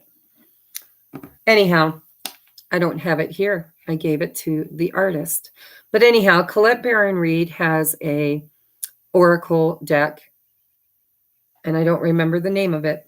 But in it is a card. It says tick tock, and there are hands releasing a hot air balloon. And I was inspired by Spirit for artwork for my ascension, to have the clock, because it's a clock at the bottom of the balloon. And you know, tick tock, the time is now, right? And for me personally, it was the awakening. It's time to ascend. Time, you know, let go. Open your grubby little hands. It's time to reach and stretch and evolve, right? And so my tattoo on the clock face is going to have a red flame and a blue flame depicting divine masculine, divine feminine energies. If on a stopwatch, sometimes it's got the numbers on the outside, and then it's got a smaller little circle of the seconds in the bottom. And on that, it's going to be a yin and a yang symbol, and a beautiful hot air balloon. And then at the top of the balloon is a infinity symbol that is a propeller. And it's beautiful. I can't wait to see what he did with it. I sketched it myself, and I'm not an artist, so I can't wait to see him clean it up for me. But it's going to be symbolic of my time to ascend, right? Time to release the tethers that have been holding me into third density and embrace the evolution of the ascension through the catalyst of my twin flame. And so, yeah, I'm going to be really happy to show it to you guys when I get it. I haven't quite decided yet if I'm going to get it on my leg or my thigh, or my calf or my thigh. But that's where I'm considering getting it. And I'll show it to you if it's not too showy, or I'll take a picture of it discreetly. Anyhow, and so it's time to ascend, guys. Where are we being tethered in third density and called to a higher frequency, higher vibration? How have you transformed? What were you versus what you believe you are now? Wisdom of the Oracle. Yes, Wisdom of the Oracle, I believe, is Colette Baron Reed. Thank you, Francine. By the way, thank you for the beautiful, beautiful, beautiful shawl. I have two now, thanks to, she's in here as Francine. And she's donated decks. She is such a beautiful, giving person, and I am grateful that we are friends, and we all benefit from the exchange of energy, because everything she donates is used here, of course, on the channel. So we're going to channel spirit messages and see if Spirit's going to elaborate, because not everybody, wow, that was quick.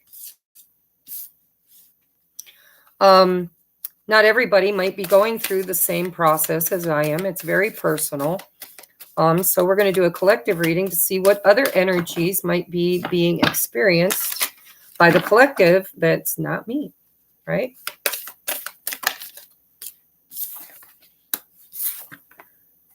All right. So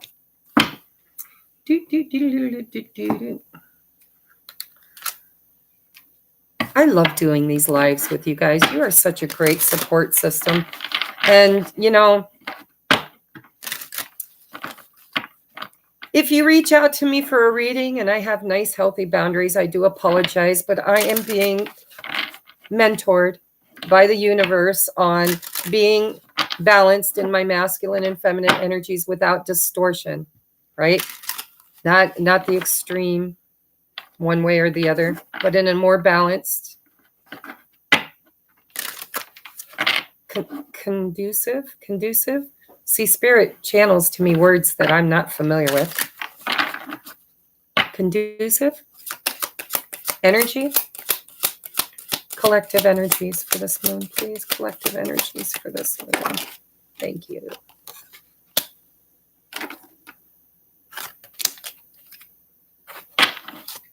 Ooh, and there it is. Are you kidding me? Oops, I guess that one wants to come out too. I'll take it. All right, so I don't know if I'm going to use tarot. We've got so many beautiful new oracle decks that I might just use the oracles for this reading. And, you know, I have to listen to whatever spirit speaks to me. So let's go through these because I got quite a bit of moon energies on the table. So we have conclusions are within reach, full moon eclipse. Now, guys, I could be wrong. Well, let's just check.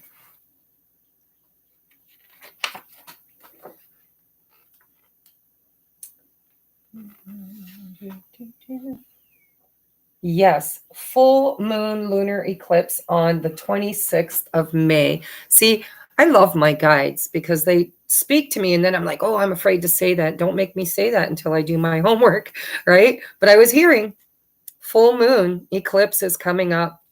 And so conclusions are within reach, guys. Note that because it's coming up. This energy is coming straight for you. And look at, it's like the pink moon is going away and this fiery energy is coming in. It's like a transition, right? So conclusions are within reach. Expect powerful change. New moon eclipse. Okay, no, we're not doing a new moon at this time. This is a full moon. All right, lunar eclipse. But we have eclipses here. So when is the next new moon eclipse? Because usually eclipses happen. There it is. There it is, right there. It is June 10th, a solar eclipse with the new moon on June 10th. So look, guys, expect powerful change and conclusions, Scorpio energy between now and these eclipses. These eclipses are going to be powerful, okay? You've seen me shuffle. I did not candy pick or cherry pick. That's what I'm thinking. Cherry pick these cards. So then we have a new start is coming because see, anytime you release something, anytime something ends, concludes, that the universe is like water. You can go out with as many buckets as you want and take buckets out of a pond or a lake, and you will never notice it just fills right back in. You're not going to leave a void, okay? It will recede. It will, become less than, but it's not apparent to the eye. It's not like you can take a bucket of water out and leave a hole in the middle of the lake, right? So when you have a void, like water, energy seeks to fill the void. So conclusions are within reach, expect powerful change, and a new start is coming. So out with the old, in with the new. And we have believe in the impossible, blue moon. Now, I don't have time to look, but if anybody's out there and they've got Siri or any of those modalities and you want to check and see when is the next blue moon. I think it's like every 3 years, and we just had one, so it's probably going to be a while. But believe in the impossible, the blue moon. I got this tattoo during the blue moon. This was my transformation tattoo. It's the goddess with the triquetra. And I know you can't tell because I've lost over 127 pounds, but at the bottom is a phoenix rising from the ashes, butterfly for transformation. I had it done on a blue moon. I am a Reiki master, and I have all of my Reiki symbols with a lot of symbology around my wrist. I've been told it's a no-no to put the symbols on a tattoo, but I didn't know that, and I did it. So, and it's transformed my life, so I don't regret it. All right. So, conclusions are within reach. Expect powerful change. A new start is coming, and believe in the impossible. Remember, when you are manifesting, you have to believe in and feel as if, no, it's coming. No, it's coming. Act as if it's already in the mail, on its way. Expect it. Watch for it. Anticipate it. Right? 3 of Wands energy. I don't need the tarot. Spirit's going to channel it to me. 3 of Wands energy. Your ships are about to come into the physical realm, right? A bit of a waiting period, but not too long. A new start is on its way. Believe in the impossible. If you don't believe in it, you won't conceive it. It won't ever show up. You'll be standing there on the shore waiting and waiting and waiting. Hanged man energy, right? So in this next deck, by the way, that was the Moonology deck. I don't remember who does it. The other one is Queen of the Moon Oracle, and I can't read who did it either. It's clear across the room. But we have the unexpected. Again, expect powerful change. Oh, blue moon. Guys, blue moon. What did you do during that last blue moon? See, I need to journal better. We should really be journaling our journey.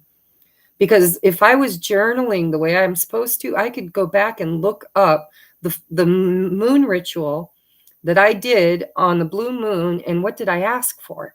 Because it might give me a hint as to what I'm manifesting. What are we as a collective manifesting?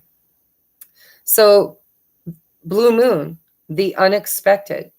It's a number 7. 7s for me are very, very spiritual numbers. It's pause and reflection and next action. You know, it's like, all right, I've made it to here. And I'm waiting for guidance on where do I go from here? That song has been coming up a lot in my channelings lately. Okay. So, oh, and look at, we get the very next number in the deck, 44. We go from the blue moon, the unexpected, to supermoon, attraction. This is all about manifesting, guys. I hope you've been doing these rituals with me because this is pretty freaking fabulous, right? Conclusions are within reach. Expect powerful change, and a new start is coming. You're manifesting possibly whatever it was you set your intentions for at the blue moon. And whether you did a ritual or not, your soul is constantly asking the universe to supply something. Now, this blew me away because I just described to you guys my tattoo. And I said that there was a hot air balloon, right? Now, of course, this don't have a clock and whatever, you know, but it is symbolic to my personal journey. And so this is the number 9, another very spiritual number, divine, high vibrational number, right? It's 369 is the Trinity. It's the key to the universe, the seed of life, the everything that is, right? God's source energy. And so we have the number 9, first quarter moon, assessing. Here you are. You're not standing on the shore waiting for a ship to come in. You've ascended. You're among the stars looking for your spaceship or something. There's something on the horizon coming for you. You're assessing your new timeline, your new you. You're not waiting anymore in third density for your ship to come in. You are now in the sky on a higher vibrational timeline, untethered, ascending, and looking for and assessing, where do I go from here? I keep hearing that. Where do I go from here? Dixie Chicks. 'Cause without you, I'm not okay. All right. So next, look, and this is so Black Moon Lilith and Venus energy right here. So this is where we've been. Okay, waxing gibbous moon, fear. This is where we've been. We've been in this cosmic egg, right? We've been in the rebirthing process of death, transformation, rebirth. It's a golden egg, right? And, you know, it's a number 11, by the way. We're getting an awful lot of very, very spiritual, high vibrational numbers. There's a bird cage and a bunch of birds that this fear is tethering. Some of them have cut free. They're not bonded or bound to their fears. They're flying free. Others are still tethered, right? Not up in their balloon, but still tethered through fear and trauma bonds, is what I'm hearing. Trapped in old density of fear and limitation. You know, I'm not good enough. I'm not smart enough. I'm not enough. I'm not chosen. Some of us are just so humble through programming that we don't even know how to have self-love, which is the next energy. How do you love yourself when you've been programmed to believe that everybody else is more important than you are? God first, others second, yourself last. And anybody that wants or asks for their own needs to be met are selfish. That's the way I was programmed. I don't know about you guys. Okay. So self-love, waxing crescent, and this is a number 6. Remember, 3, 6, 9. We have 7, 8, 9, 6, and 11. So this is what I was saying. Okay, so tether bond, or if you haven't checked out my lovely friend, Love Manifest is the name of her channel on YouTube. Go check her out. She's working with the collective of 9 or something like that. She channels a collective consciousness of memory complex, is what I've been told by my spirit guides. It's not of the angelic realm. It's a memory complex, higher vibrational density energies. Anyhow, they are working with her to heal the collective through trauma bonds and tethers, fear, karma, that kind of thing. Go check her out. I do that in my deep dives if you're interested, if you're working with trauma bonds, or if you're working with karma, need clearing, need healing from shadow work. I do that in my deep dives. I don't do a lot of it publicly because shadow work is very personal and can bring up a lot of fears. It needs to be done in a safe space, right? But here we've got Black Moon Lilith energy, as far as I'm concerned, versus Venus energy. Remember that Venus, what was the archetype again? We had selfless devotion to another person. And that's distorted Venus energy, but that's what I was asked to write down. And this is balancing that distortion through self-love. This is the other side of Venus, right? She knows her value. She knows her worth. She is love. And therefore, she receives love. It's reciprocal, right? You get what you put out. If you are constantly closed off to receiving because you were programmed to believe that it was demonic or selfish, self-serving, yes, it can be if it's in a distorted fashion. You know, me, me, me, me, me. It always makes me think of Nemo. Nemo. What's the kids show? Something Nemo. The seagulls that say me, me, me, me, me, me, me, me, me, me, me, me, me, me, me, me, me, me. Yes, that's distorted ego, and that is not self-love. That is selfishness. Okay. Then we have this full moon power. Look at the dark feminine energy. She is empowered. She does not seek to please others at the expense of her own happiness. Black Moon Lilith said no thank you and walked away from God's Eden, the garden. She said no thank you. That is not going to be my archetype. I will not lie beneath any human, let alone a male. She is that BADASS, feminine, that might be a little bit distorted in the masculine energy. And so we are being challenged at this time to balance these two archetypes within ourselves. It doesn't matter if you're a man or a woman. Everybody has masculine and feminine energies. The masculine energy in the stellium is the sun, that's masculine energy. Mercury, that's masculine energy. And if I'm not mistaken, I'm feeling energetically, although I didn't see it in the research I did, but I'm feeling Saturn in there too.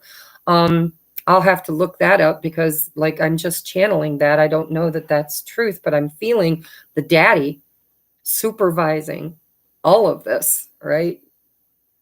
Kind of talking to the children and saying, no, we need balance. We need to do what's right. Figure it out, children. Talk it out. Go within. Clean it up.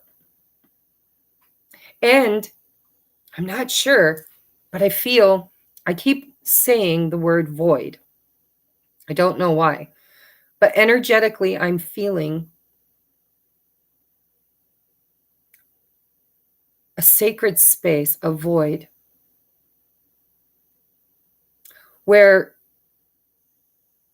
now I'm just channeling this, guys. Don't take this to heart because I don't know if it's true. I haven't looked it up, but I feel like Saturn is preparing a safe space for us to transmute without manifesting what we're transmuting. Let me clean that up.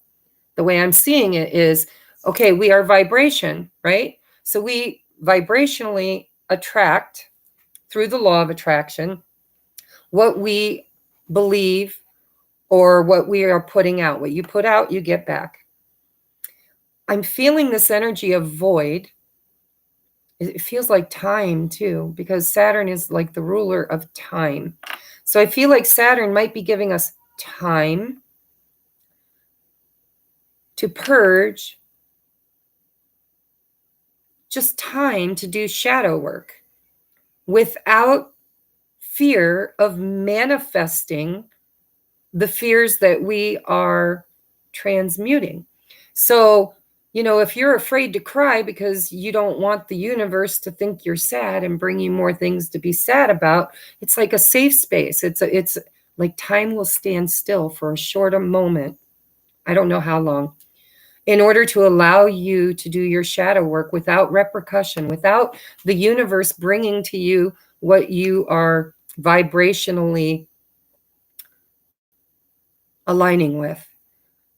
It's like a pardon. It's like Saturn's giving us space and time to release and transmute and purge the old, dying part of us, singularly and as a collective, without repercussion, without manifesting more of that vibration. It's like a graduation party with a ceremony of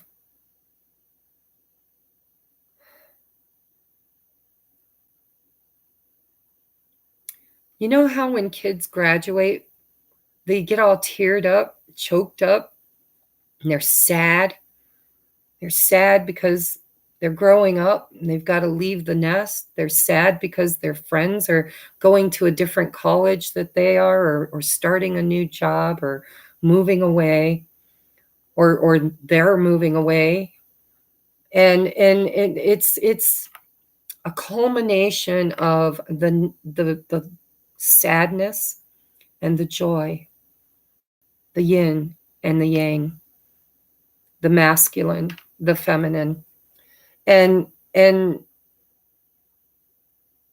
I just feel that. I don't know if that makes sense to you guys, but maybe you can feel the energy too. It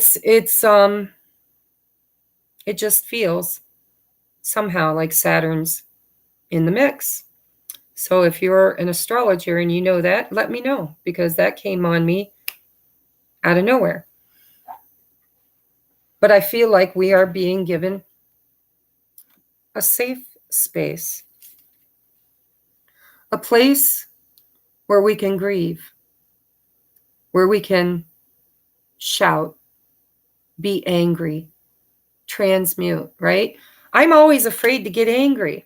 I get angry, but I'm afraid to, because I'm like, no, I want to be love and light. I want to be love and light. I want to be love and light. And so, I don't want the ego to get me in that low vibration of anger, guilt, shame, blame. And yet I'm human. And I can't transmute that energy without permission to have a safe space to do so, where I'm not calling in more of that, but I'm actually allowing myself the process, the 5 stages of grief, to express and release and transmute those very human attributes that are a very deep part of me. But I don't want to manifest more of it. Remember, glass half empty, glass half full. You attract what you are, not what you want. And so, we can get a little bit caught up in the bury it, just bury it. Don't get angry. Don't vocalize. No healthy boundaries. Let people walk all over you, because you've got to be the bigger person. You've got to be the stronger person. You've got to be the more evolved person. And I feel like this energy of this moon is, no, you are a spirit having a human experience, and there will be time and space allotted for this death, transformation, and grieving to occur. And so, that was a strange channeling, but I'll take it. So that brings me to this deck. I think I want to take a look at release, surrender. This is the Surrender Oracle. Let's take a look at, what do we need to surrender? What needs to be surrendered? And of course, everybody's is going to be different. So take what resonates, and what doesn't, just chuck it out the window, right? But we are a collective. And so we are more alike and more connected than you may think. Okay, so give us messages about surrender during this super moon in Scorpio. What do we need to surrender? Okay. I was told not to read the bottom. It wasn't part of it. So the very first one that popped out, like boom, right there, is surrender to spirit. I'm going to read it. Once you've done everything you can to achieve a goal, turn the situation over to the divine. Let spirit work its magic for you. That has many messages I'm feeling with it. So if you're manifesting, you can only do so much. You can only light so many candles. You can ask only so many times. You can daydream only so far. You can script to your heart's desire. But at some point in time, you just got to let it go. Let that balloon rise and allow spirit to do the rest. Now, the other message that I'm getting off of that is for those of us, and I include myself in this, that are people pleasers, and we are light workers, empaths, and we desire, probably in distortion, hopefully more in balance than we've been in a long time, but we desire to save them all, everybody. And Spirit has been teaching me that I can't save them all. Everybody has free will. And so I can preach and teach until I'm blue in the face, but only those with the eyes to see and the ears to hear will ever get the message. And I cannot keep exhausting my energy on the ones that don't see, don't hear, and haven't chosen. This time, this moment, this ascension. Everybody gets the call, nobody gets left behind. But timelines, vibration, choice, free will, all of those things play in. And so once you've done everything you can to help as many as you can, those who you feel you cannot help, they just aren't understanding, they're not getting it, they're falling off into the abyss, and all you want to do is dive in after them and catch them by the ankle and pull them through. You can't. It's not their will. It's not their choice. They chose the abyss. And no judgment. Doesn't make them any less than you. You're not more better than they are. They're just not ready. There are more lessons that their soul chose to learn in order to be where you are now. When they're ready, they will be there. And there will be other light workers like me there to help them cross into the higher dimension. And so I have to learn healthy boundaries. Once I've done everything I can to help those that I want or have been called to help, if they're not ready, I need to turn the situation over to the divine and let spirit work its magic. If they're meant to make it, spirit will work with them. And I'm talking to the twin flames now too. If your twin is a runner and they're really struggling for this ascension, you've got to know that you can only it's not your job to save them. It's not your job to teach them. It's not, yes, through example, through role modeling, but not through preaching, not through preaching, nagging, force feeding. No. Do what you can and then let it go and trust spirit to work its magic.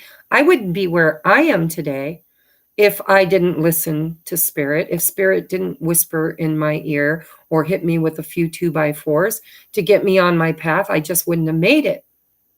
But I chose to listen and to see and to feel and to follow. And so allow spirit to work with them too. It's their journey. It's a journey that the two of you are going like this, parallel, right? Like this.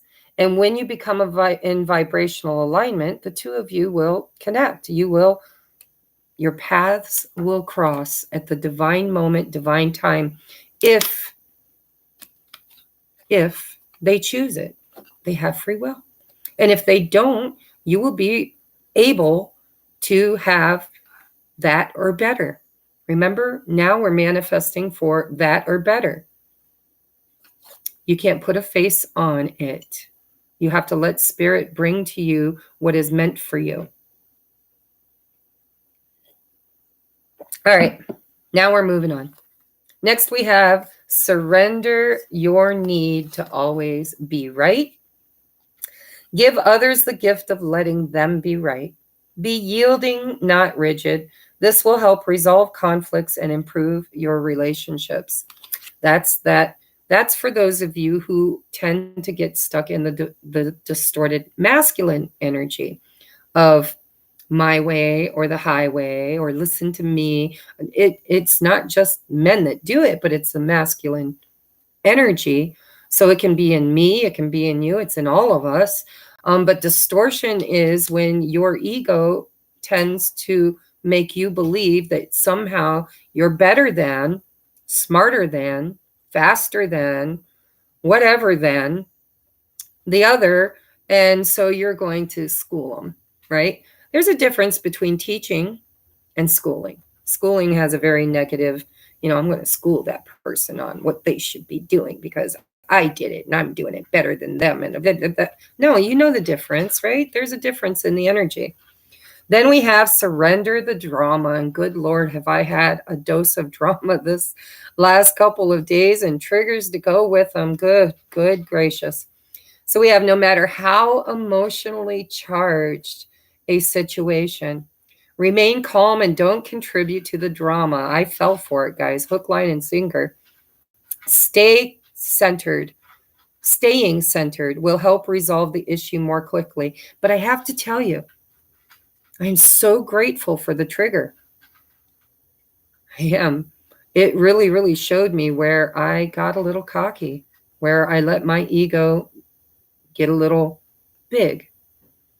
And validation strokes the ego, doesn't it? I mean, validation is beautiful. I love to be validated. When people tell me, wow, Tracy, you really, inspire me.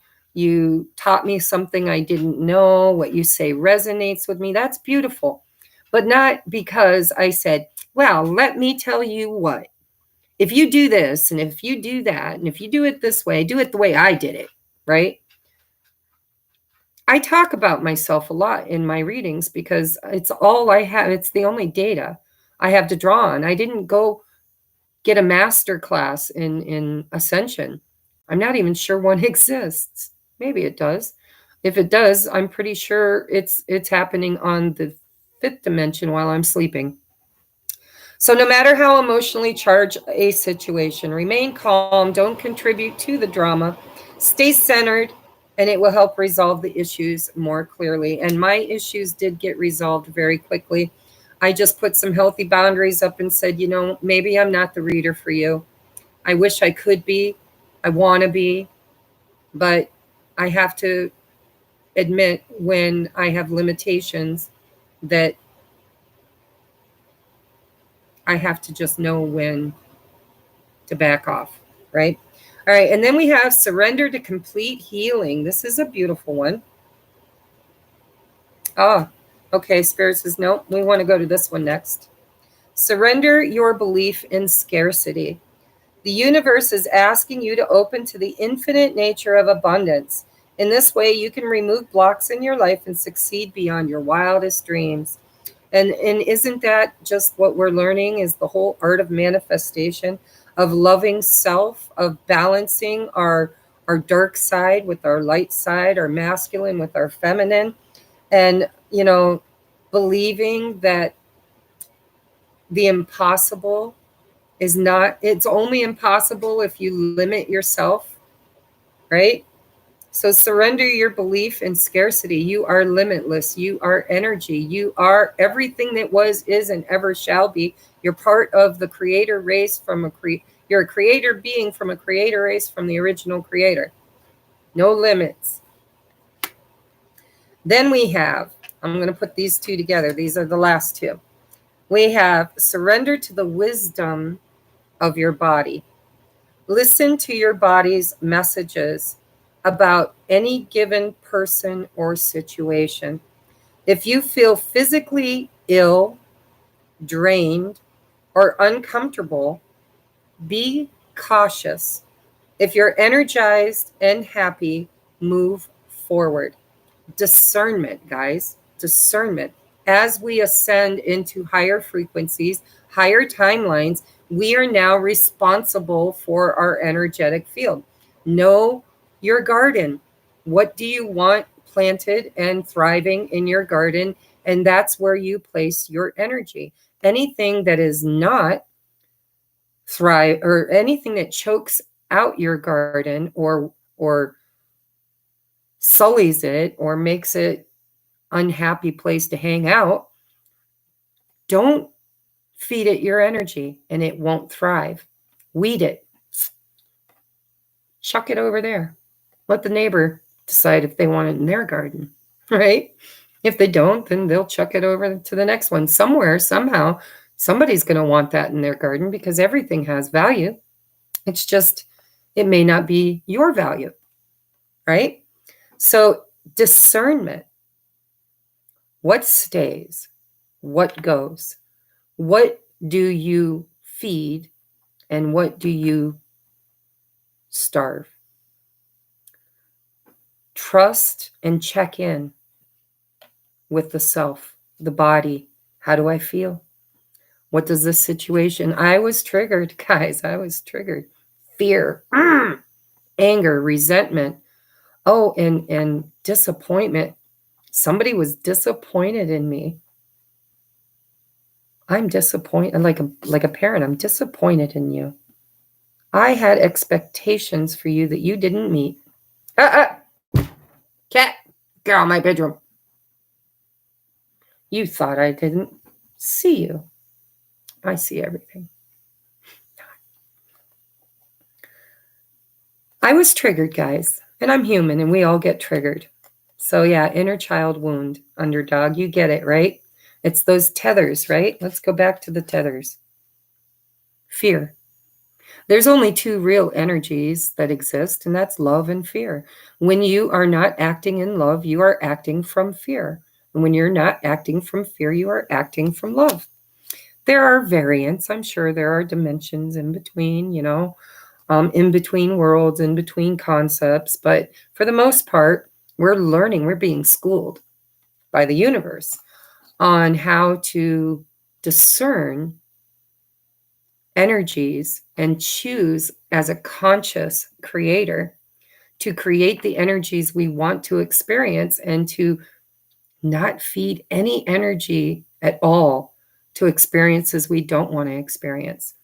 And so I didn't want any more drama. I'm like, okay, you paid me. We're square. Maybe you didn't get what you thought you were going to get, but you got a hell of a lot more than you paid for. Whether it was what you wanted or not, my intention was to give with love as much as I could. And I went way, way beyond the call. And so the expectation was something different than what was received, and that triggered them, triggered me. And so I didn't want the drama. I'm like, okay, I did white flag, right? Red flag, white flag. I just don't think I'm the reader for you. Sorry. And so surrender to complete healing. Open fully to the loving, compassionate forces of the universe that support your physical, emotional, and spiritual healing. That's that egg. That's that energy I'm feeling of Saturn halting time and space to give you a safe zone to transmute, to express. I'm hearing express, right? Because normally when we express, we're manifesting because, the spoken word, the emotions, the focus and attention is how creators create. And I really feel like Spirit's saying, let us hold you while you express.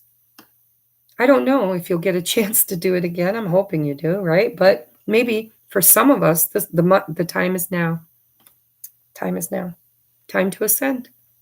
Release everything that's tethering you in fear and low vibration, third density, and allow yourself to be held in the yoni state, right? The 0 point energy of infinite possibilities. Believe in the impossible. Expect the unexpected. And allow yourself to grieve and to yell and to scream and to express all of those pent up old belief systems, the inner child that's just begging to be heard, temper tantrum, right? And just for however long Saturn chooses to give us, we don't have to worry about manifesting more of that pain.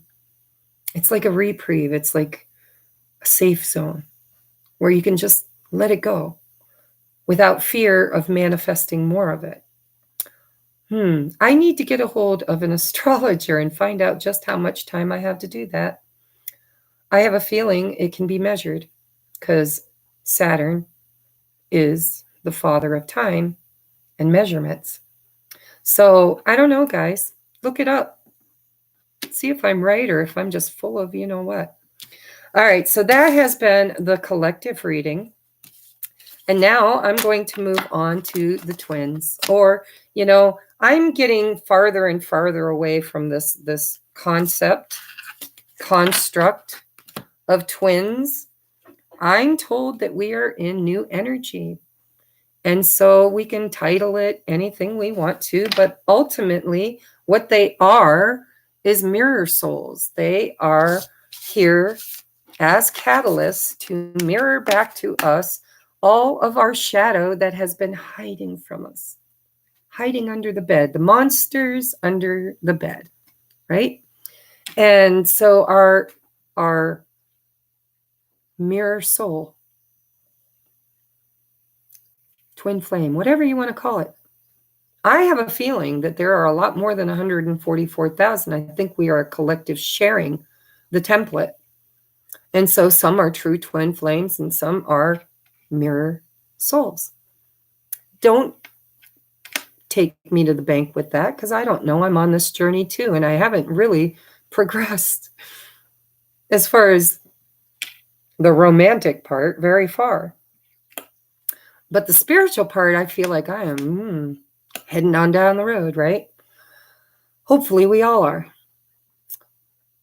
But mirror souls, I believe there are more than just the twins in bodies at this time.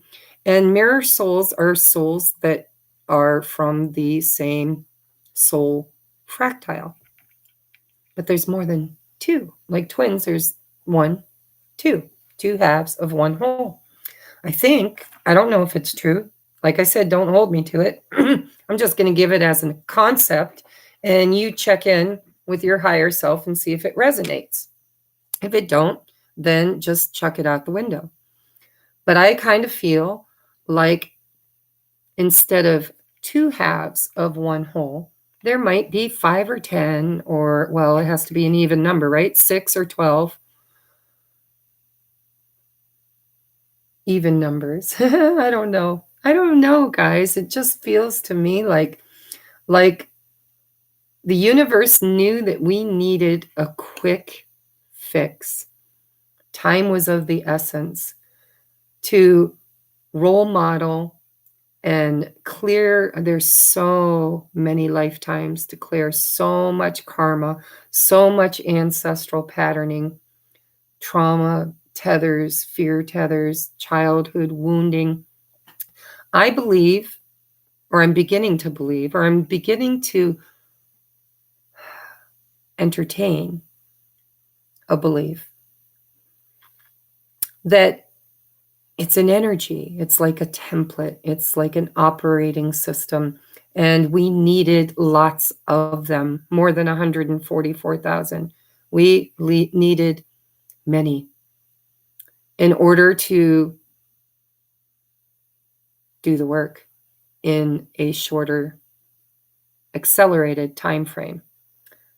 And we've succeeded. Gaia has already moved into the fourth dimension and maybe beyond, but definitely into the fourth density. And I believe that I've straddled the third and fourth density. There are days when I know I'm in fourth density. I mean, everything is more colorful and vibrant and love is everywhere. And then there are days when I'm triggered and I revert and I have that foot in third density. And I'm thinking that this Scorpio moon is all about choosing to be all in, to just let go of that third density and just take that leap of faith and say, I'm done. I've got, I'm hearing a disco song. I've got the power. For some of us who are ready,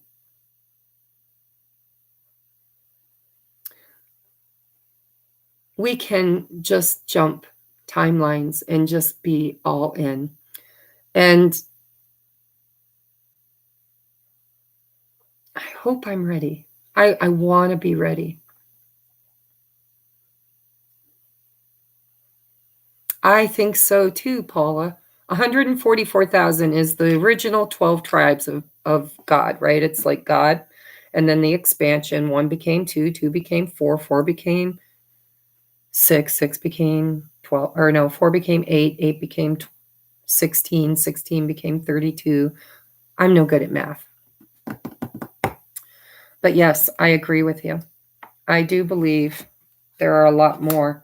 And I believe that we're fractals of an original whole. So when you meet your twin soul, my camera is going to start messing up because the light is dimming. And I don't have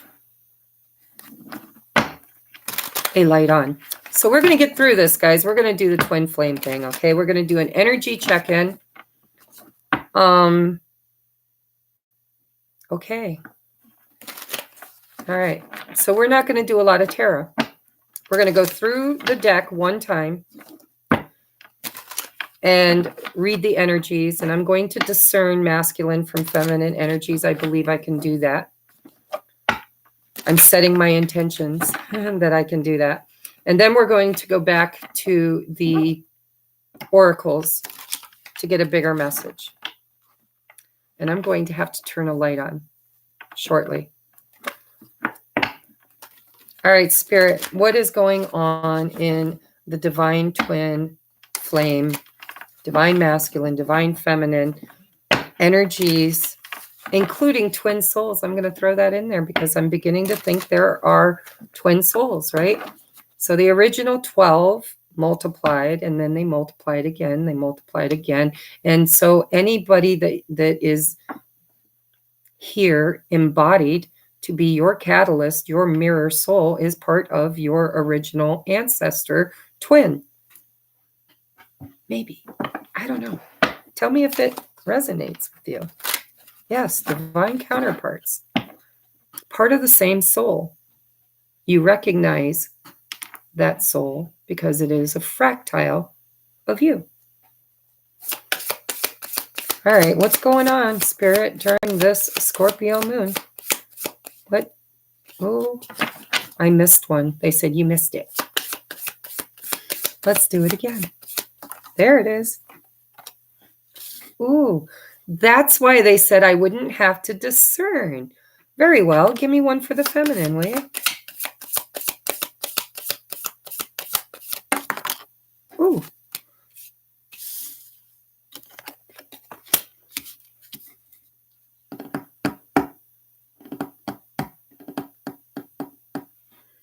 No.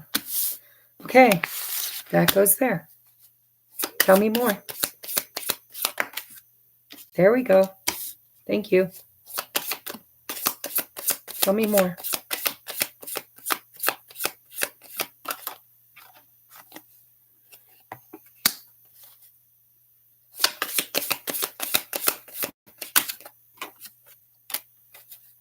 Okay.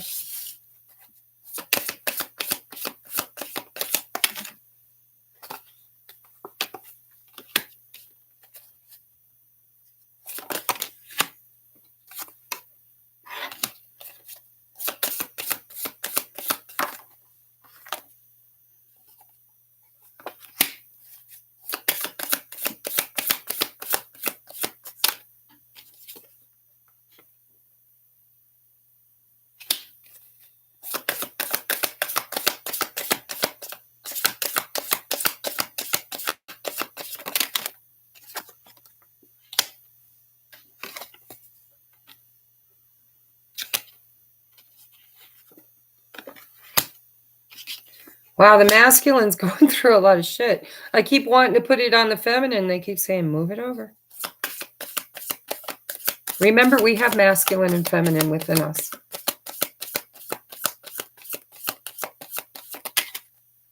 There we go. Thank you. All right.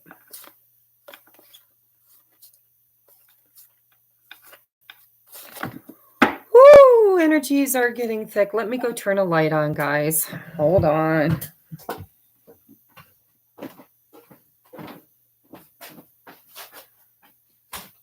This light is one of those that has to warm up. As it warms up, it gets a little brighter.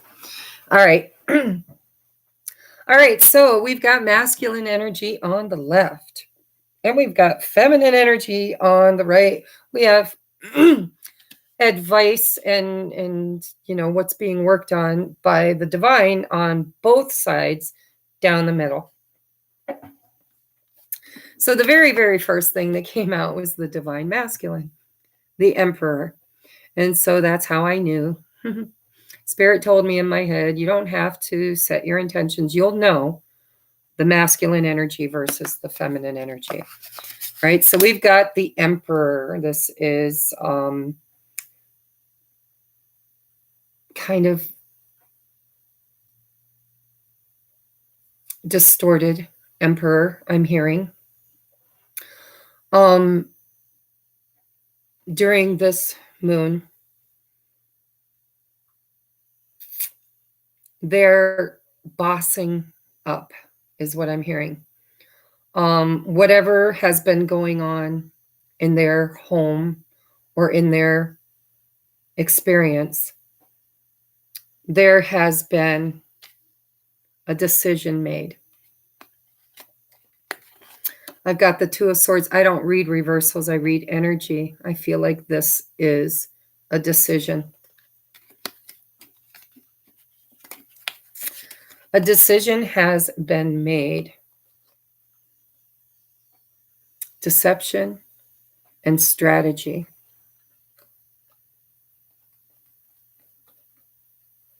Feel like they're choosing themselves. Ace of Cups, Nine of Cups, Magician.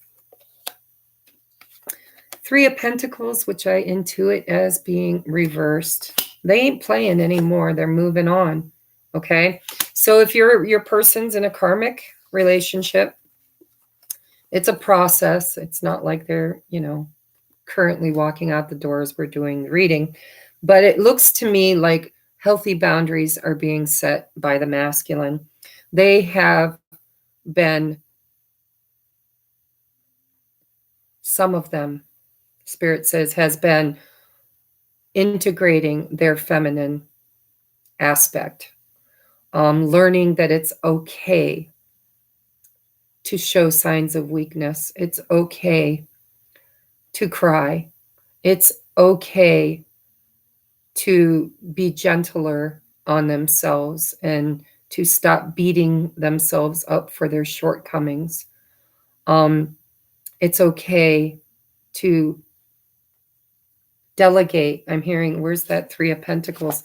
It's okay to delegate to not take on all of the responsibilities to build their future alone. They're tired and exhausted. And a choice has been made, although they're not talking about it. The people they live with, if they're in a karmic, doesn't mean they are, but some are. I know they are.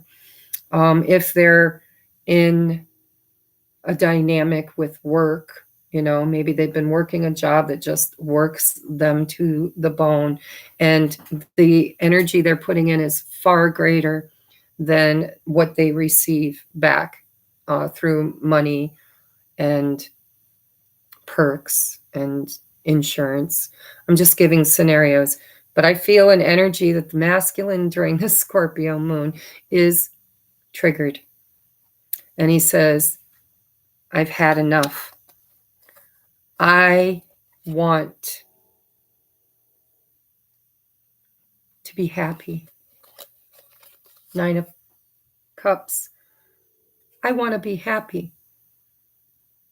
I've been working and working and working and pushing and pushing and pushing and trying and trying and trying, and nothing seems to give. And I'm exhausted.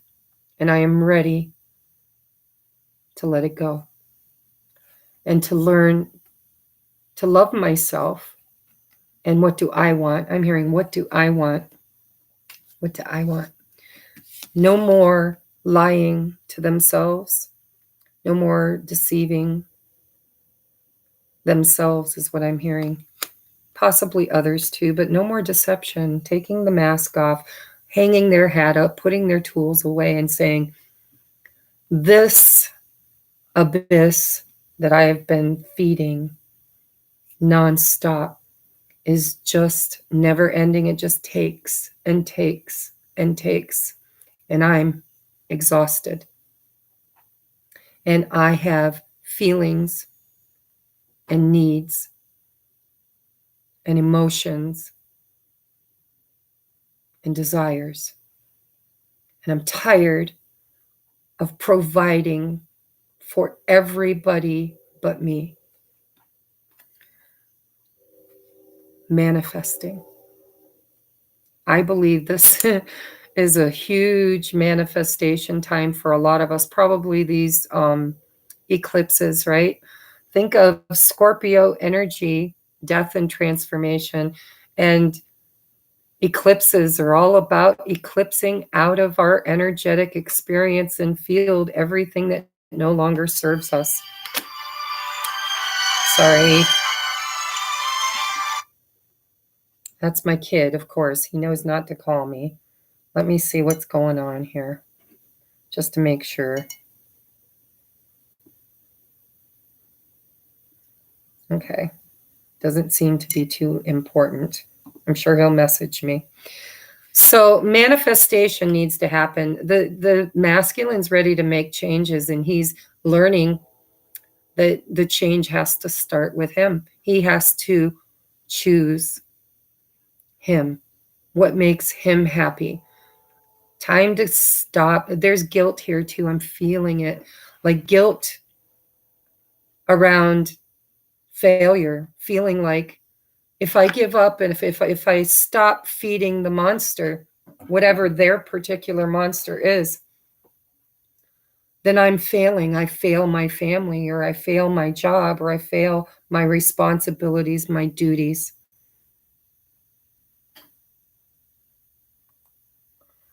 And so there is energetically guilt. I'm feeling it.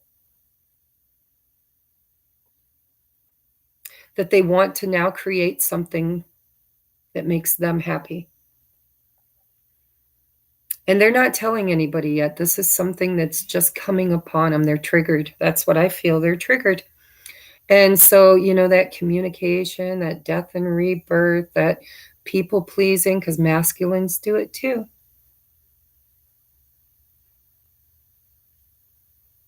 I got to read it again because I forget. Venus, selfless devotion to another. I'm not going to say person because it could be a situation. And then, you know, the masculine aspects, communicating. I don't see communication. What I see is if I talk about my manifestation, I won't get my 9 of Cups or my tranquility. 6 of Swords. I have to sneak up on this. That's what I feel. This collective, I don't know if it's everybody. I'm tapping into a collective. This collective, masculine collective that I'm tapping into, is on the precipice of a huge transformation. Now let's go to the feminine. We have her showing up as the Queen of Cups. Intuitive and sensitive. Okay, think of sensitive. We have our pain body. That can be sensitive. We have our spiritual body that can be intuitive and sensitive. We have our emotional body. I feel like the feminines during this moon is feeling extremely intuitive and sensitive and triggered. Out of balance. 2 of Pentacles. Balancing act. Feeling like her emotions are going to swallow her whole if she makes even the tiniest little mistake.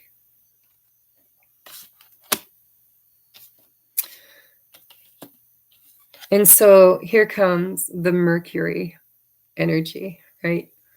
Stinking, thinking, look at, I gotta learn, I gotta learn, I gotta learn. Look at, she almost looks like me, don't she?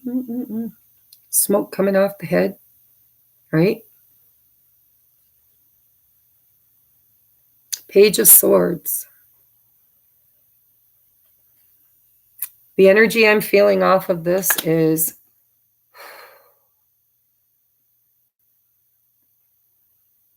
downloads. Downloads. Lots of downloads. Yeah. When I got triggered in the past, boy, I would have went off on that person. I'd been like, I did this and I did that. No. Downloads. Downloads. Balance. I saw the lesson. I recognized the trauma bond and the ego, bruised ego, by the way, that lately has been getting pretty used to being stroked, quite frankly, because you guys are so beautiful and wonderful to me. But it's kind of crazy to think that everybody's going to like me, right?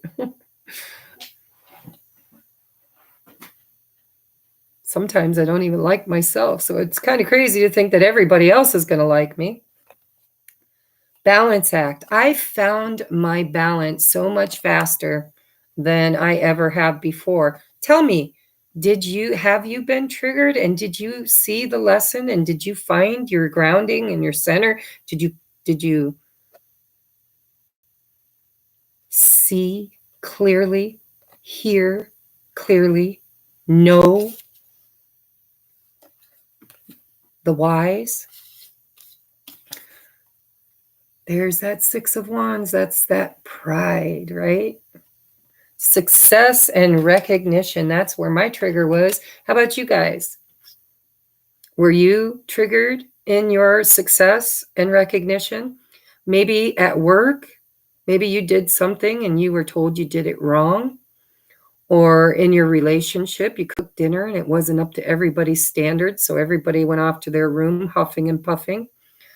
Did you create something and somebody said, that's ugly?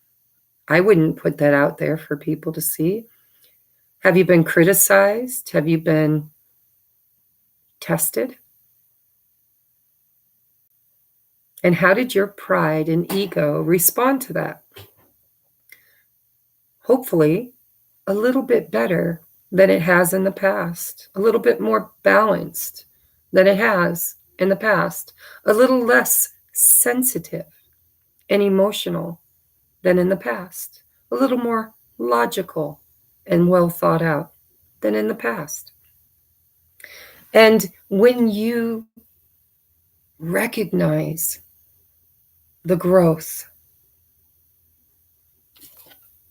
Queen of Wands, confident and magnetic, it gives you this feeling of empowerment, like, dang, I couldn't do that before. I didn't have that superpower. I didn't even know it was happening. The universe tested me and I didn't even know whether I passed or failed because I never knew I was being tested. Confidence. Can you overcome your flaws and your shadow and still find a way to be proud of your progress and to be confident and creative in spite of it? Not, and maybe because of it, but in spite of it, right? So the shared energy of the twins right now is, there's that Scorpio energy. Death. In this deck, it's called Transition. By the way, this is the Mystic Moon Oracle deck, Twin Flame Journey Tarot by Mystic Moon Oracles. So death, transition, transition. Not transformation. Yes, transformation, but in this deck, it's transition. It's moving higher. It's going above. It's expansion, evolution, transiting, movement. And then we have the Strength card, restraint. Are you learning to balance your masculine and feminine energies? Have you learned when to unleash the beast and when to restrain yourself? Do you know how to calm the trigger? Have you danced with your ego? Have you been Jacob wrestling with the demon? And have you learned self-mastery, at least better than you did before? And so both of you, magnetic, that's attracting, and manifesting for the masculine energy. What's being created? What's being manifested? Ace of Pentacles, wise advisement. You're listening to the advice. Oh, Spirit works in mysterious ways. It says wise investment. And I heard clearly in my head, advisement. So not only are you getting good advice, wise advice, through that advice, you're learning where to invest your energy. Stop feeding the void. Tend to your garden. Put your energy where expansion and growth is imminent. You can't fix everybody. You can't save everybody. You can't be everybody's everything, including your twins. They have to learn, because they are in separate bodies, separate experience. They have to get it and choose it and want it and follow that wise advisement, knowing where they need to invest. Right now, where is the masculine investing? In self-development. Does that sound selfish? A little bit, but that's great. I am all for it. 9 of Cups, satisfaction and wish fulfillment. I don't want a masculine who doesn't love themselves. I had to learn that. I'm still learning that. I don't want you complete me. You had me at hello. Yeah, that's beautiful and it's true. But I don't want to be codependent on them, and I definitely don't want them to be codependent on me. So they're being guided and taught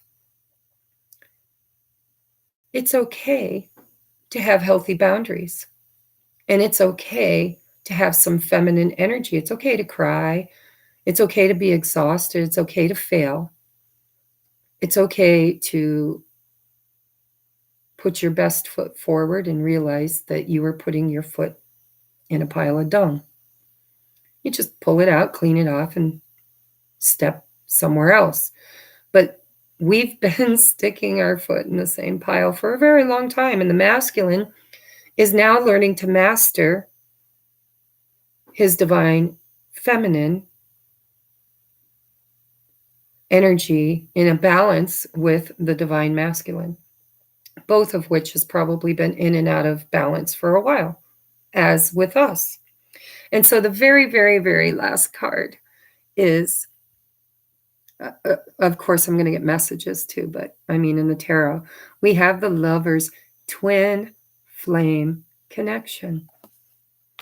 Spirit is reminding us that no matter how dark and dismal, no matter how much we can't see, taste, feel, bite, bury in the backyard, something physical from our masculine or them from their feminine, because their perception is totally different. They don't look at themselves as the runner.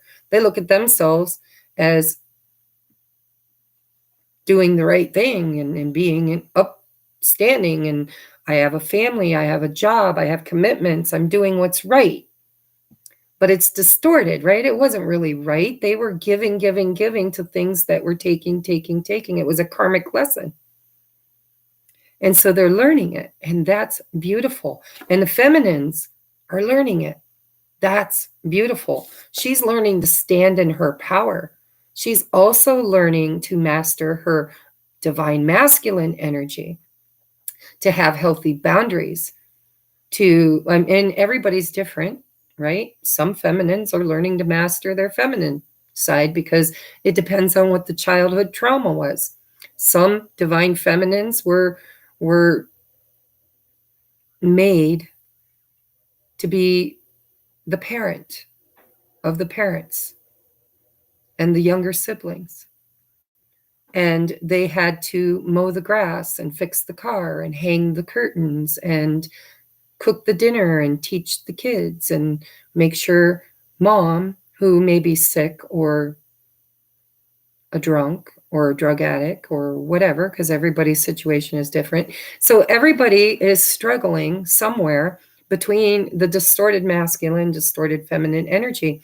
And this moon is bringing up our Scorpio shadow emotions, our dark side, our black moon Lilith, for some.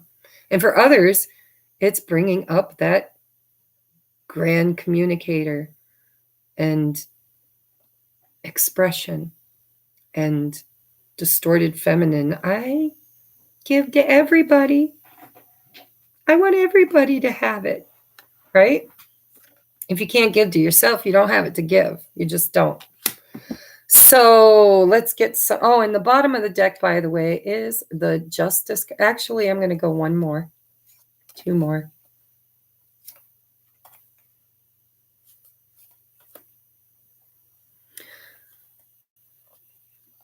I'm going to go a little deeper. So we've got the Chariot. Okay, I could go even deeper, but I'm not going to because I don't want to be here all night. But we've got the Chariot. It says charging ahead. All right. Then we have 8 of Pentacles, a work in progress. Progress. Charging ahead with progress. Where are we moving away from? The past, the nostalgia, we're letting go of who we were. My masculine could be a real asshole, and I could be a real asshole. And so those people have learned and grown. He is not who he was. I am not who I am. And we need to stop holding them accountable for who they no longer are, because we're creating more of that. And so we're moving away from the past. The Six of Cups is soulmate energy and it's past energy, right? And then we have this beautiful Ace of Wands, Spirit lighting a fire in our bellies or under our ass to get us moving, charging ahead. And I get the hiccups when I get it right. And then we have Justice, soul contract.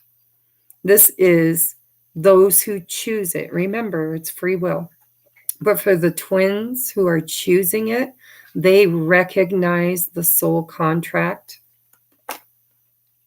And they are now re-evaluating everything they ever believed about who they are, who others in their life are, what their expectations on. These roots are big and thick and ancestral. They've been there a long time. And it's hard for us to uproot ourselves to move forward when we are tethered in so many ancestral belief systems that no longer serve us. And so now we're being called to task to reevaluate what stays in the garden and what gets dug up and chucked out. Death and rebirth. This has been really, really deep, guys. I'm loving it, but it is Scorpio.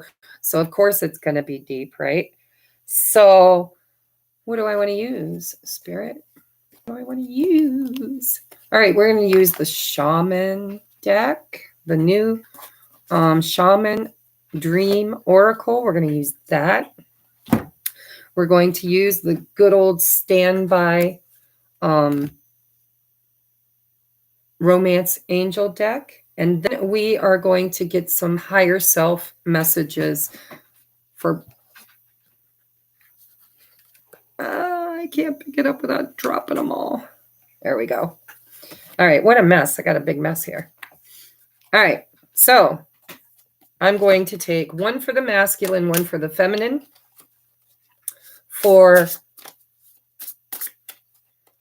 from the Shaman's Dream for guidance. Oh, and look at that. The masculine got 2.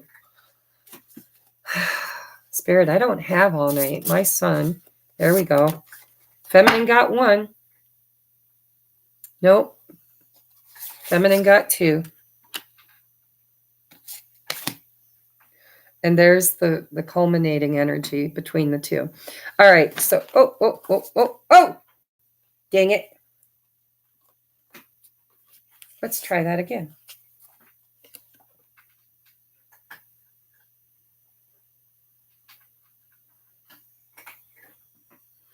I don't know. I lost a card, but it's just one of many. All right. So the masculine got dances on one foot, balancing act. And it's funny because the feminine got that too. See, mirroring. And wait till you see the connective energy. All right. So dancing on one foot. I'm not even going to read out of the book. I was going to, but that'll take too long. And Spirit's already channeling for me. So this is a moth drawn to the flame.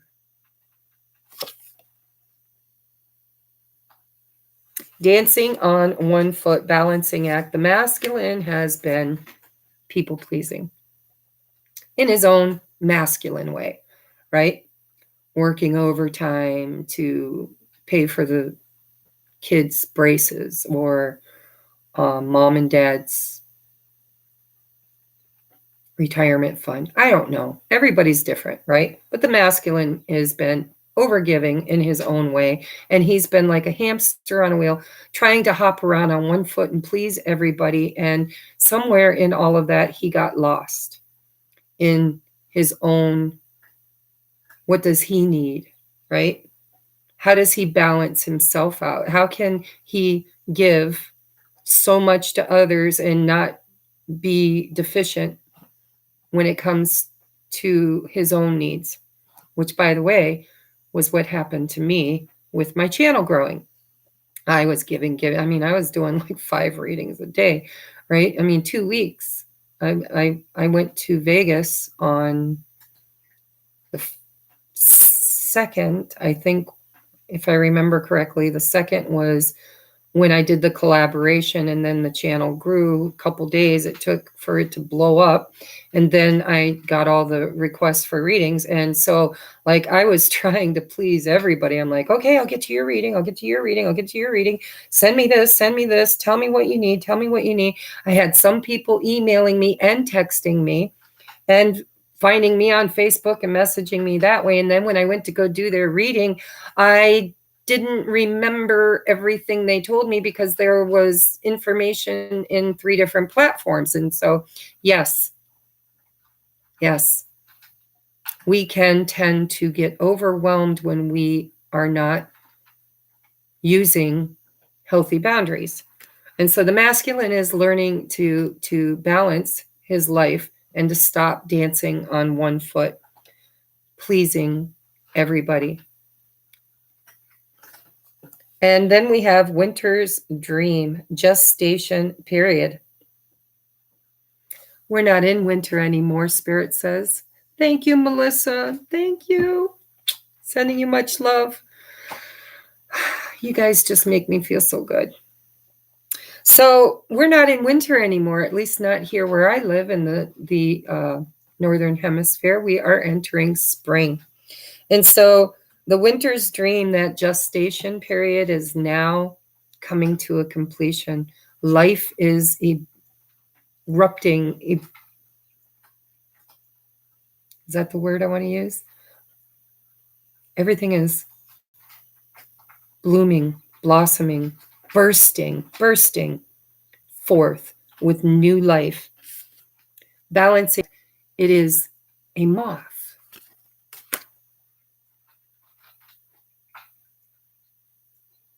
I don't know if moths are like caterpillars.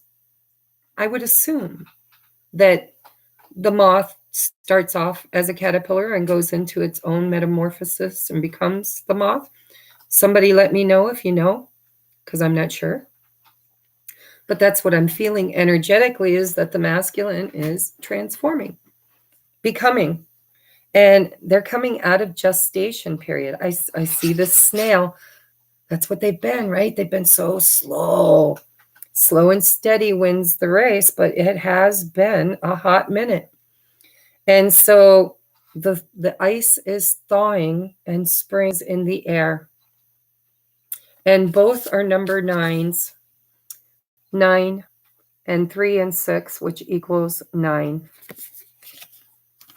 Okay, so now the feminine, she got 2 cards also. We have Feast of Plenty. It is a number 2 vibration. It's actually a 20, but breaks down to a 2. Feast of Plenty, choices and their consequences. We saw that the masculine was making choices. And now the feminine is learning from her choices that she made back when she went through what the masculine is now going through. And so we've got the bee here, which means busy, busy, busy bee, lots of work. We've got the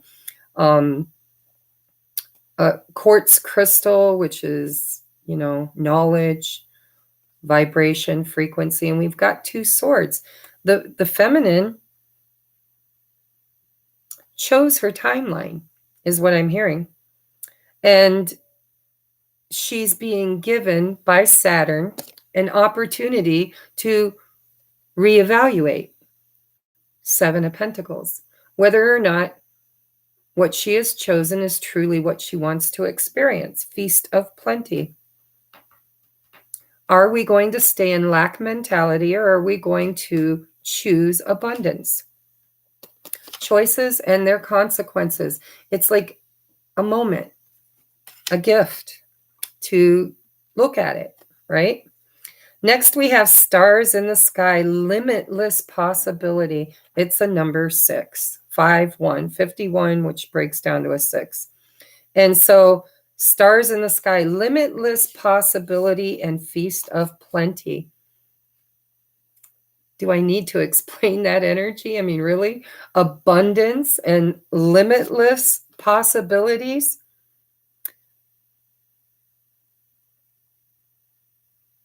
There is a scripture that Spirit is trying to bring to me that I don't remember, something about the sparrow and how God knows the number of feathers upon it, or something like that. And how many stars are in the sky. There's a lesson I remember from when I was a preacher about God knowing the infinite, right? Every star in the sky, every leaf on the tree, every blade of grass, every feather, limitless, expansive, all-encompassing possibility, creation. So the connective energy, guys, is a number 13. 58, it has the vibration of 5, which is change. 8, which is what you put out, you get back. It's infinite. And the two together break down to a 13, which is the number of the divine feminine. Vanishing mirror, ego sublimation. Now, I'm going to read just this one, because I'm not sure I can articulate it with as much knowledge as I believe it contains. So remember, mirror souls, twin flames, yin, yang, duality. The vanishing mirror. We're learning and we're becoming, and we don't need as many mirrors, triggers. We are learning to integrate the shadow, the mirror, the ego, the alter ego. So let's see what it says. Vanishing mirror, ego sublimation, letting go of self-centeredness and becoming a vessel of great possibility. Do you ever wonder if your self-definition, what you see in your mirror, has become too rigid, too fixed around what you've come to learn? Are you judging your masculine? Is your masculine judging you? Are we too rigid, too fixed in our beliefs about them? What have you come to learn so that you can contract your life into zones of safe versus unsafe? This here is okay, but that over there, well, that might be too risky. Judgment, fear, self-righteousness, overconfidence are only some of the traits that keep you from evolving. We are all products of our conditioning. So remember that this is part of the human experience. You are not meant to remain static, Winter's dream, seeking only what you expect, that or better. Even if it appears ambitious, it can still be too narrow. You go nowhere where you hesitate to move out of your comfort zone. When you focus too much on yourself or your mirror other self, you become a servant of that ego. It edges God out, removing the magic of possibilities. Imagine looking into a mirror and seeing only what you are now. If you can let your self-definition soften, moving beyond the veil to your potential, a magical emptiness exists where all things are possible. the yoni, guys. 0 point energy, all possibilities.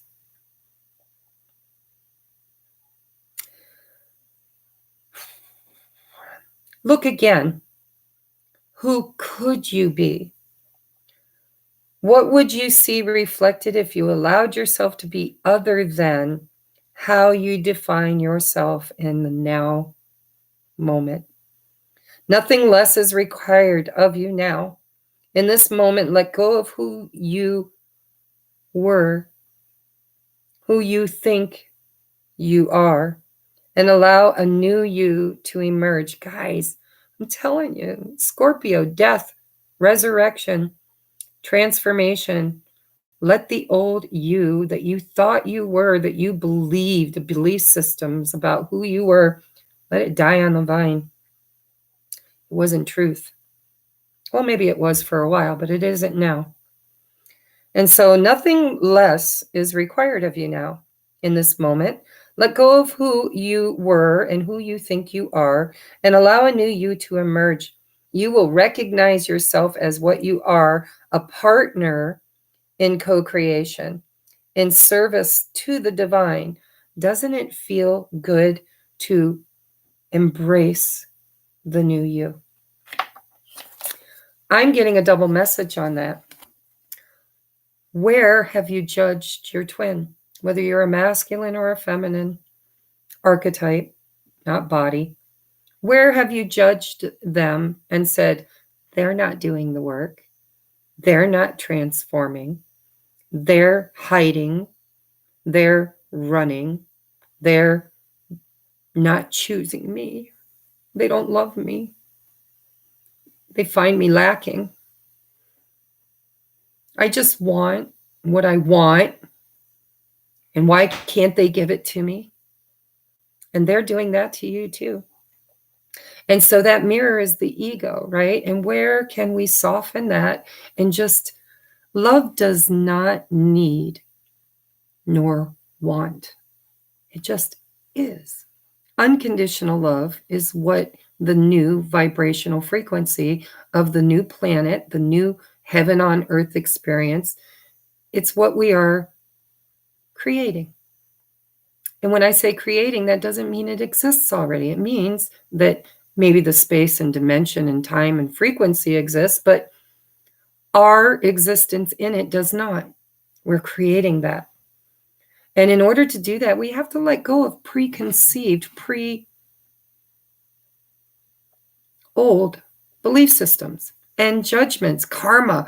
The definition of karma is blame, holding other accountable or self-accountable for a conceived or a perceived wrong. Victim. You hurt me and you owe me. I hurt me and I owe me. Karma is harm to other or harm to self. There's only 2 ways to clear karma, and that is through pardon, which is grace, unconditional love, forgiveness. Or you can reincarnate over and over and over again until that soul pays you back what they owe you. Where are you holding your divine mirror and finding lack? And maybe if you stopped looking at them and you looked at yourself, you would see that they are just you. You are your twin. You are. And if they're not showing up for you, it's probably because you're not showing up for you. And if they feel like they're not good enough for you, it's probably because they don't feel good enough for them. And it's a conundrum, but it's a beautiful, beautiful co-creating conundrum. And I don't know why in the hell I chose it. I'm not sure I'm built of the stout stuff I need to have it, but here I am anyways, and I'm not giving up. And I have been judging and finding lack and blame. So take that message any way it's written in your heart, because some will be there and get it They'll have the eyes to see and the ears to hear, and others won't. And there's no judgment. It's just vibration. You'll get there when you're ready. Divine timing is not God's timing, guys. It is your timing. You won't get there a moment before you're ready or a moment too late. The moment you're ready for it, that's divine timing. It just unfolds. It just is. Love does not seek or want. It just is. Oh, I'm so good at channeling this shit. Could I just integrate it and become it already?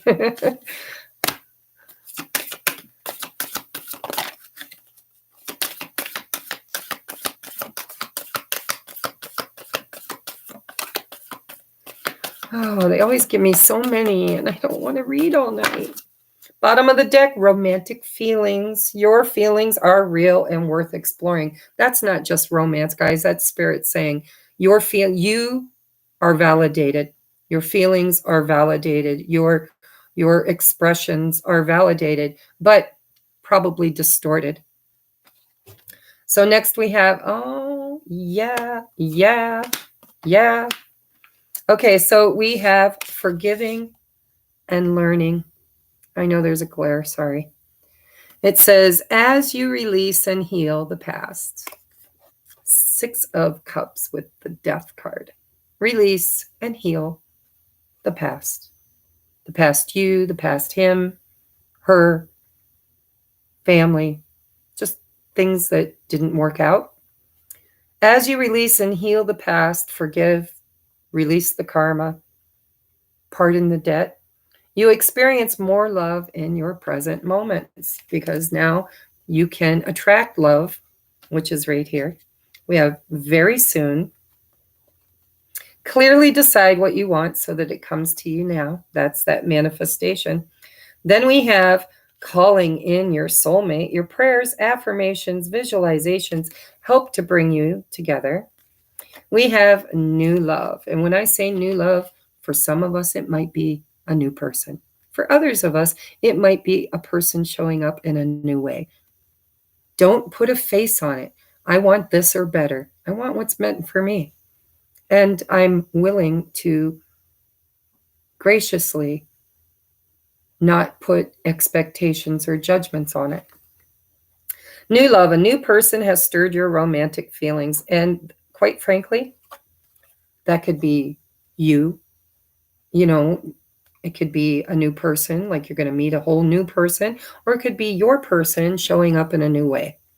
Then we have heart-to-heart conversations. So when you manifest this, okay,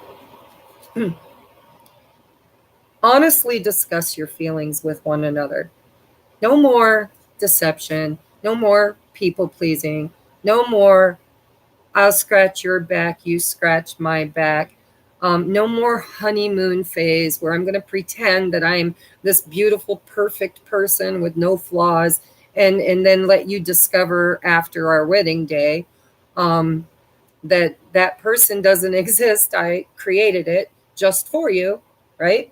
No, honesty, authenticity, become the mirror. What do you want to be? What do you want to see when you look in the mirror? Create that and then be proud of it. Be confident in it. Exude it. Show up wearing it like a newfound majesty, right? And then the last one is passion. Allow your heart and soul to sing with joy. Listen, if you're anything like me, your heart chakra has been closed down for a long time. When was the last time your heart and soul sang with joy? It's been a while for me. It really, truly has. I don't know about you guys, but it has been a while for me.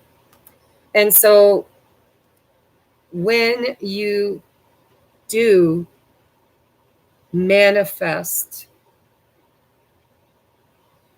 what everything you've created and designed and wanted, and through self-love, through healing, through non-judgment, through unconditional love, boy, you better enjoy it. You better let it make you sing with joy. Your heart better be open to receive, and you better let it just consume the very soul of you.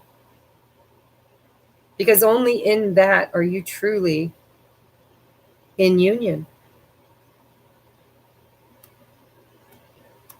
Whole union. Not just them and you, but you, them and us as one. Wow. Some deep, heavy messages tonight, guys. So I'm going to get you some messages from your person. I'm not going to say divine masculine, divine feminine, because I don't know if you resonate with being divine masculine or divine feminine. So we're just going to get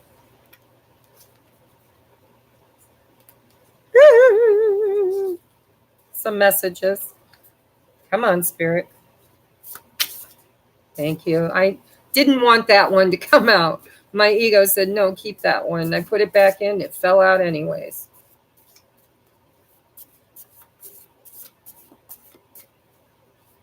Come on. I want a few more, please. Oh, okay. Too many. Spirit says, ask and you shall receive. But I ain't reading 20. Can I get like 3 more, please, Spirit? 3 more? Okay. All right, so we have, there's something so intense about you, it kind of freaks me out. Now, remember, these are ego messages, right? And higher self messages. You'll know the difference between the ego and the higher self. We have, you can be an ass too. Meaning you're not all that you think you are. You've got your own shortcomings. We have my mental health as a challenge. This is the one I didn't want to come out. I put it back in. I got the hiccup, so we got to take it. But for some of you, we think we're cray-cray. It's like, really? You crazy, crazy thing, you? You're a crazy thing, right? I think we question our sanity, and they probably do too.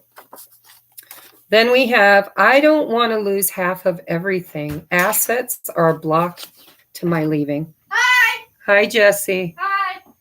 Hi, Charles. Why are you here, Charles? It's past bedtime. I know. Are you almost done? Yes, give me 5 more minutes. Pick that up for me, please. Can I stay up? You can, but you have to go home. Okay. Me? Yes. My mom said I could stay out for a little longer. I know, but it's his bedtime. He needs to take a bath. I'm sorry, guys.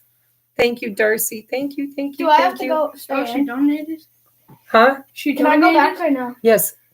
What do you mean, can you go back? Back No, outside. you're going to go take it back. You can go outside and play for 10 more minutes. Okay. Outside in this yard. Yeah.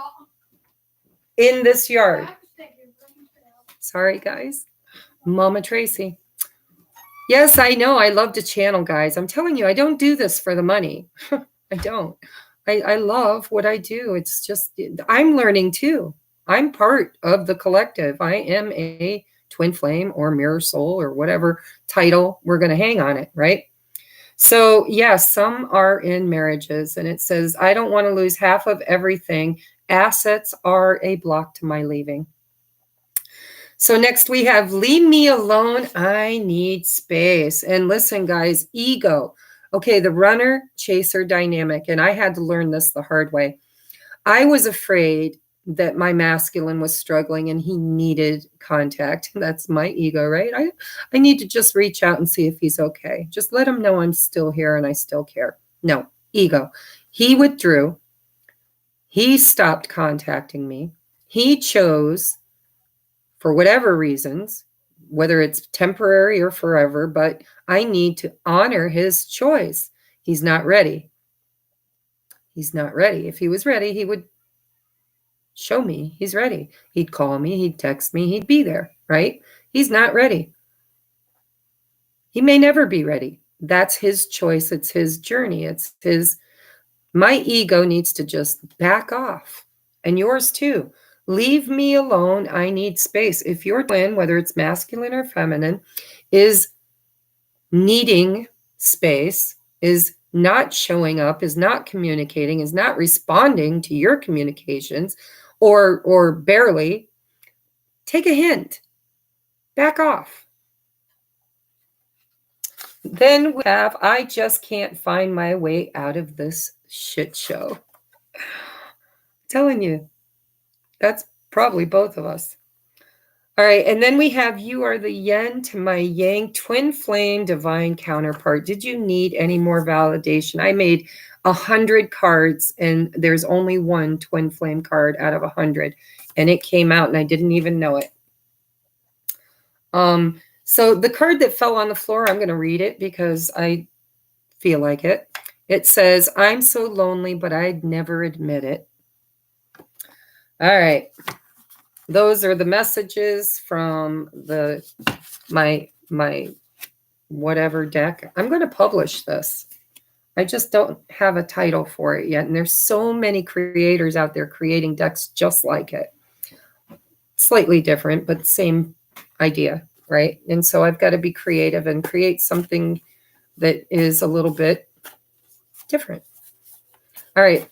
Spirit, these are too big to shuffle. So I'm just going to draw 3. I don't know why 3, but 3. 3 songs.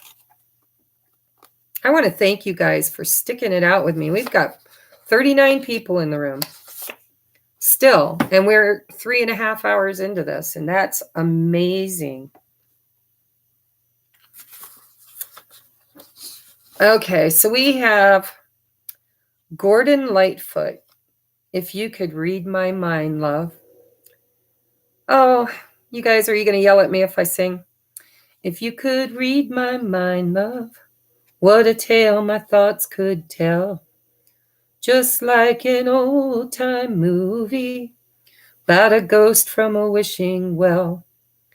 In a castle dark or a fortress strong, with chains upon my feet. You know that ghost is me. And I will never be set free as long as I'm a ghost that you can't see. I'm going to read the words now. If you could read my mind, love, what a tale my thoughts would tell. Just like an old-time movie about a ghost from a wishing well. In a castle dark or a fortress strong with chains upon my feet. You know that ghost is me. And I will never be set free as long as I'm a ghost that you can't see. That's your shadow, guys. It's your shadow. Your twin is the physical manifestation of all of your fears. And I'm going to read that again because it's pretty freaking profound. If you could read my mind, remember your twin is you. You are your twin, both of you. 2 different bodies, 2 different experience, same fractile. If you could read my mind, love, what a tale my thoughts would tell. Just like an old-time movie about a ghost from a wishing well. Where did your little inner child make wishes that you never pursued or followed? And those, your twin is a ghost of that. Mine is. In a castle dark or a fortress strong, buried right behind so much trauma, so much walls. Where have you built walls around your heart? With chains upon my feet. You know that ghost is me. And I will never be set free as long as I'm a ghost that you can't see. They are your mirror soul. They are meant to bring out of you the ghost that you haven't been able to see.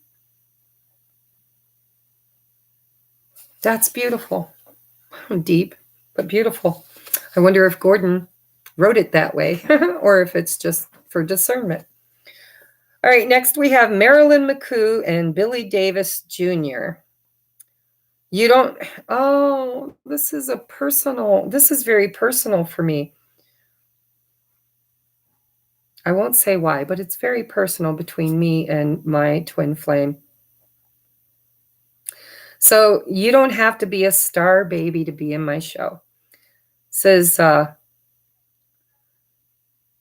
Now I don't need no superstar, 'cause I'll accept you as you are.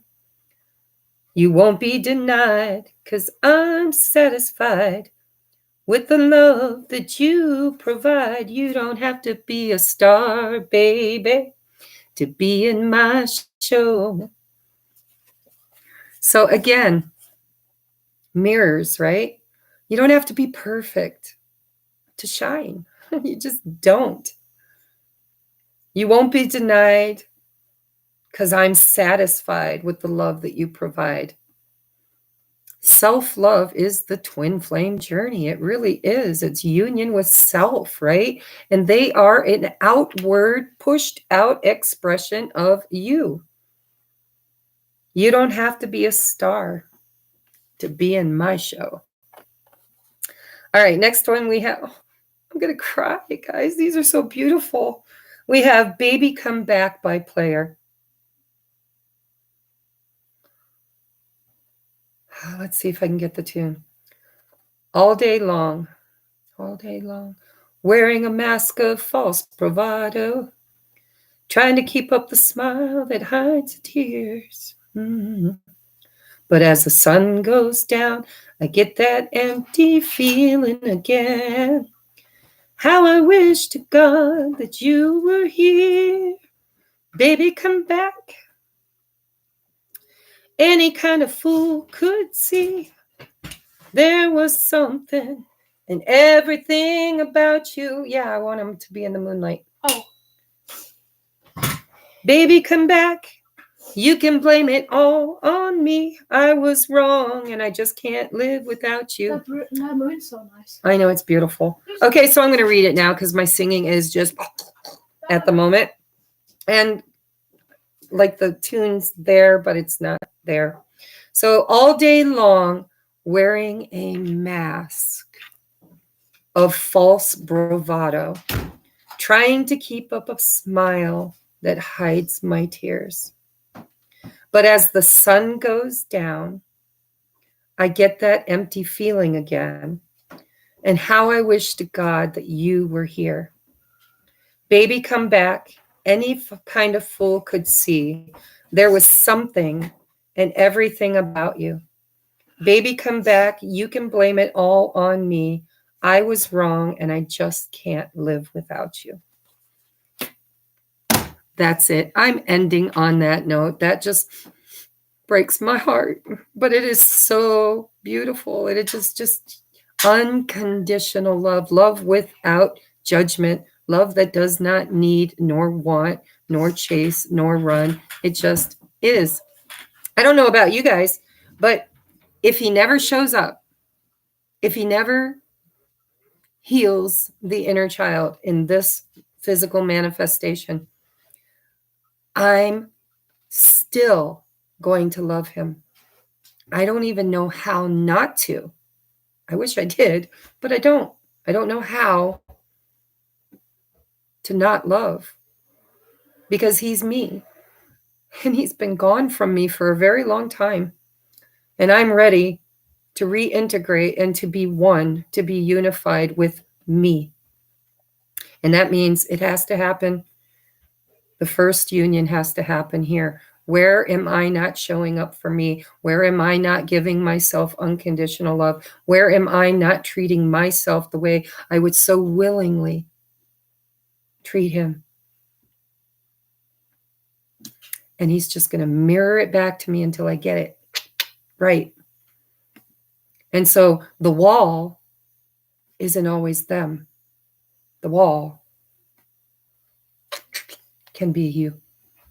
So guys, vanishing mirror, integrate into unification. And then you become the frequency and vibration of unconditional love, and then leave the rest up to spirit. What's meant for you will never miss you. And if it's not that one, it's got to be that or something better. And I'm ready. Maybe I'm ready. I don't know. I say I'm ready. I want to be ready. And so I'm going to do everything I can to be ready. So I love you. Namaste. Thank you so much for spending 3 hours and 35 almost minutes with me. And my son is 5 minutes past his bedtime, hasn't even had a bath yet. Say good night, Jesse. Put your mug down there. You're always putting your face there anyhow. Tell him good night. Bye. Now he's shy, right? No other time. He's going to hang up on us, guys.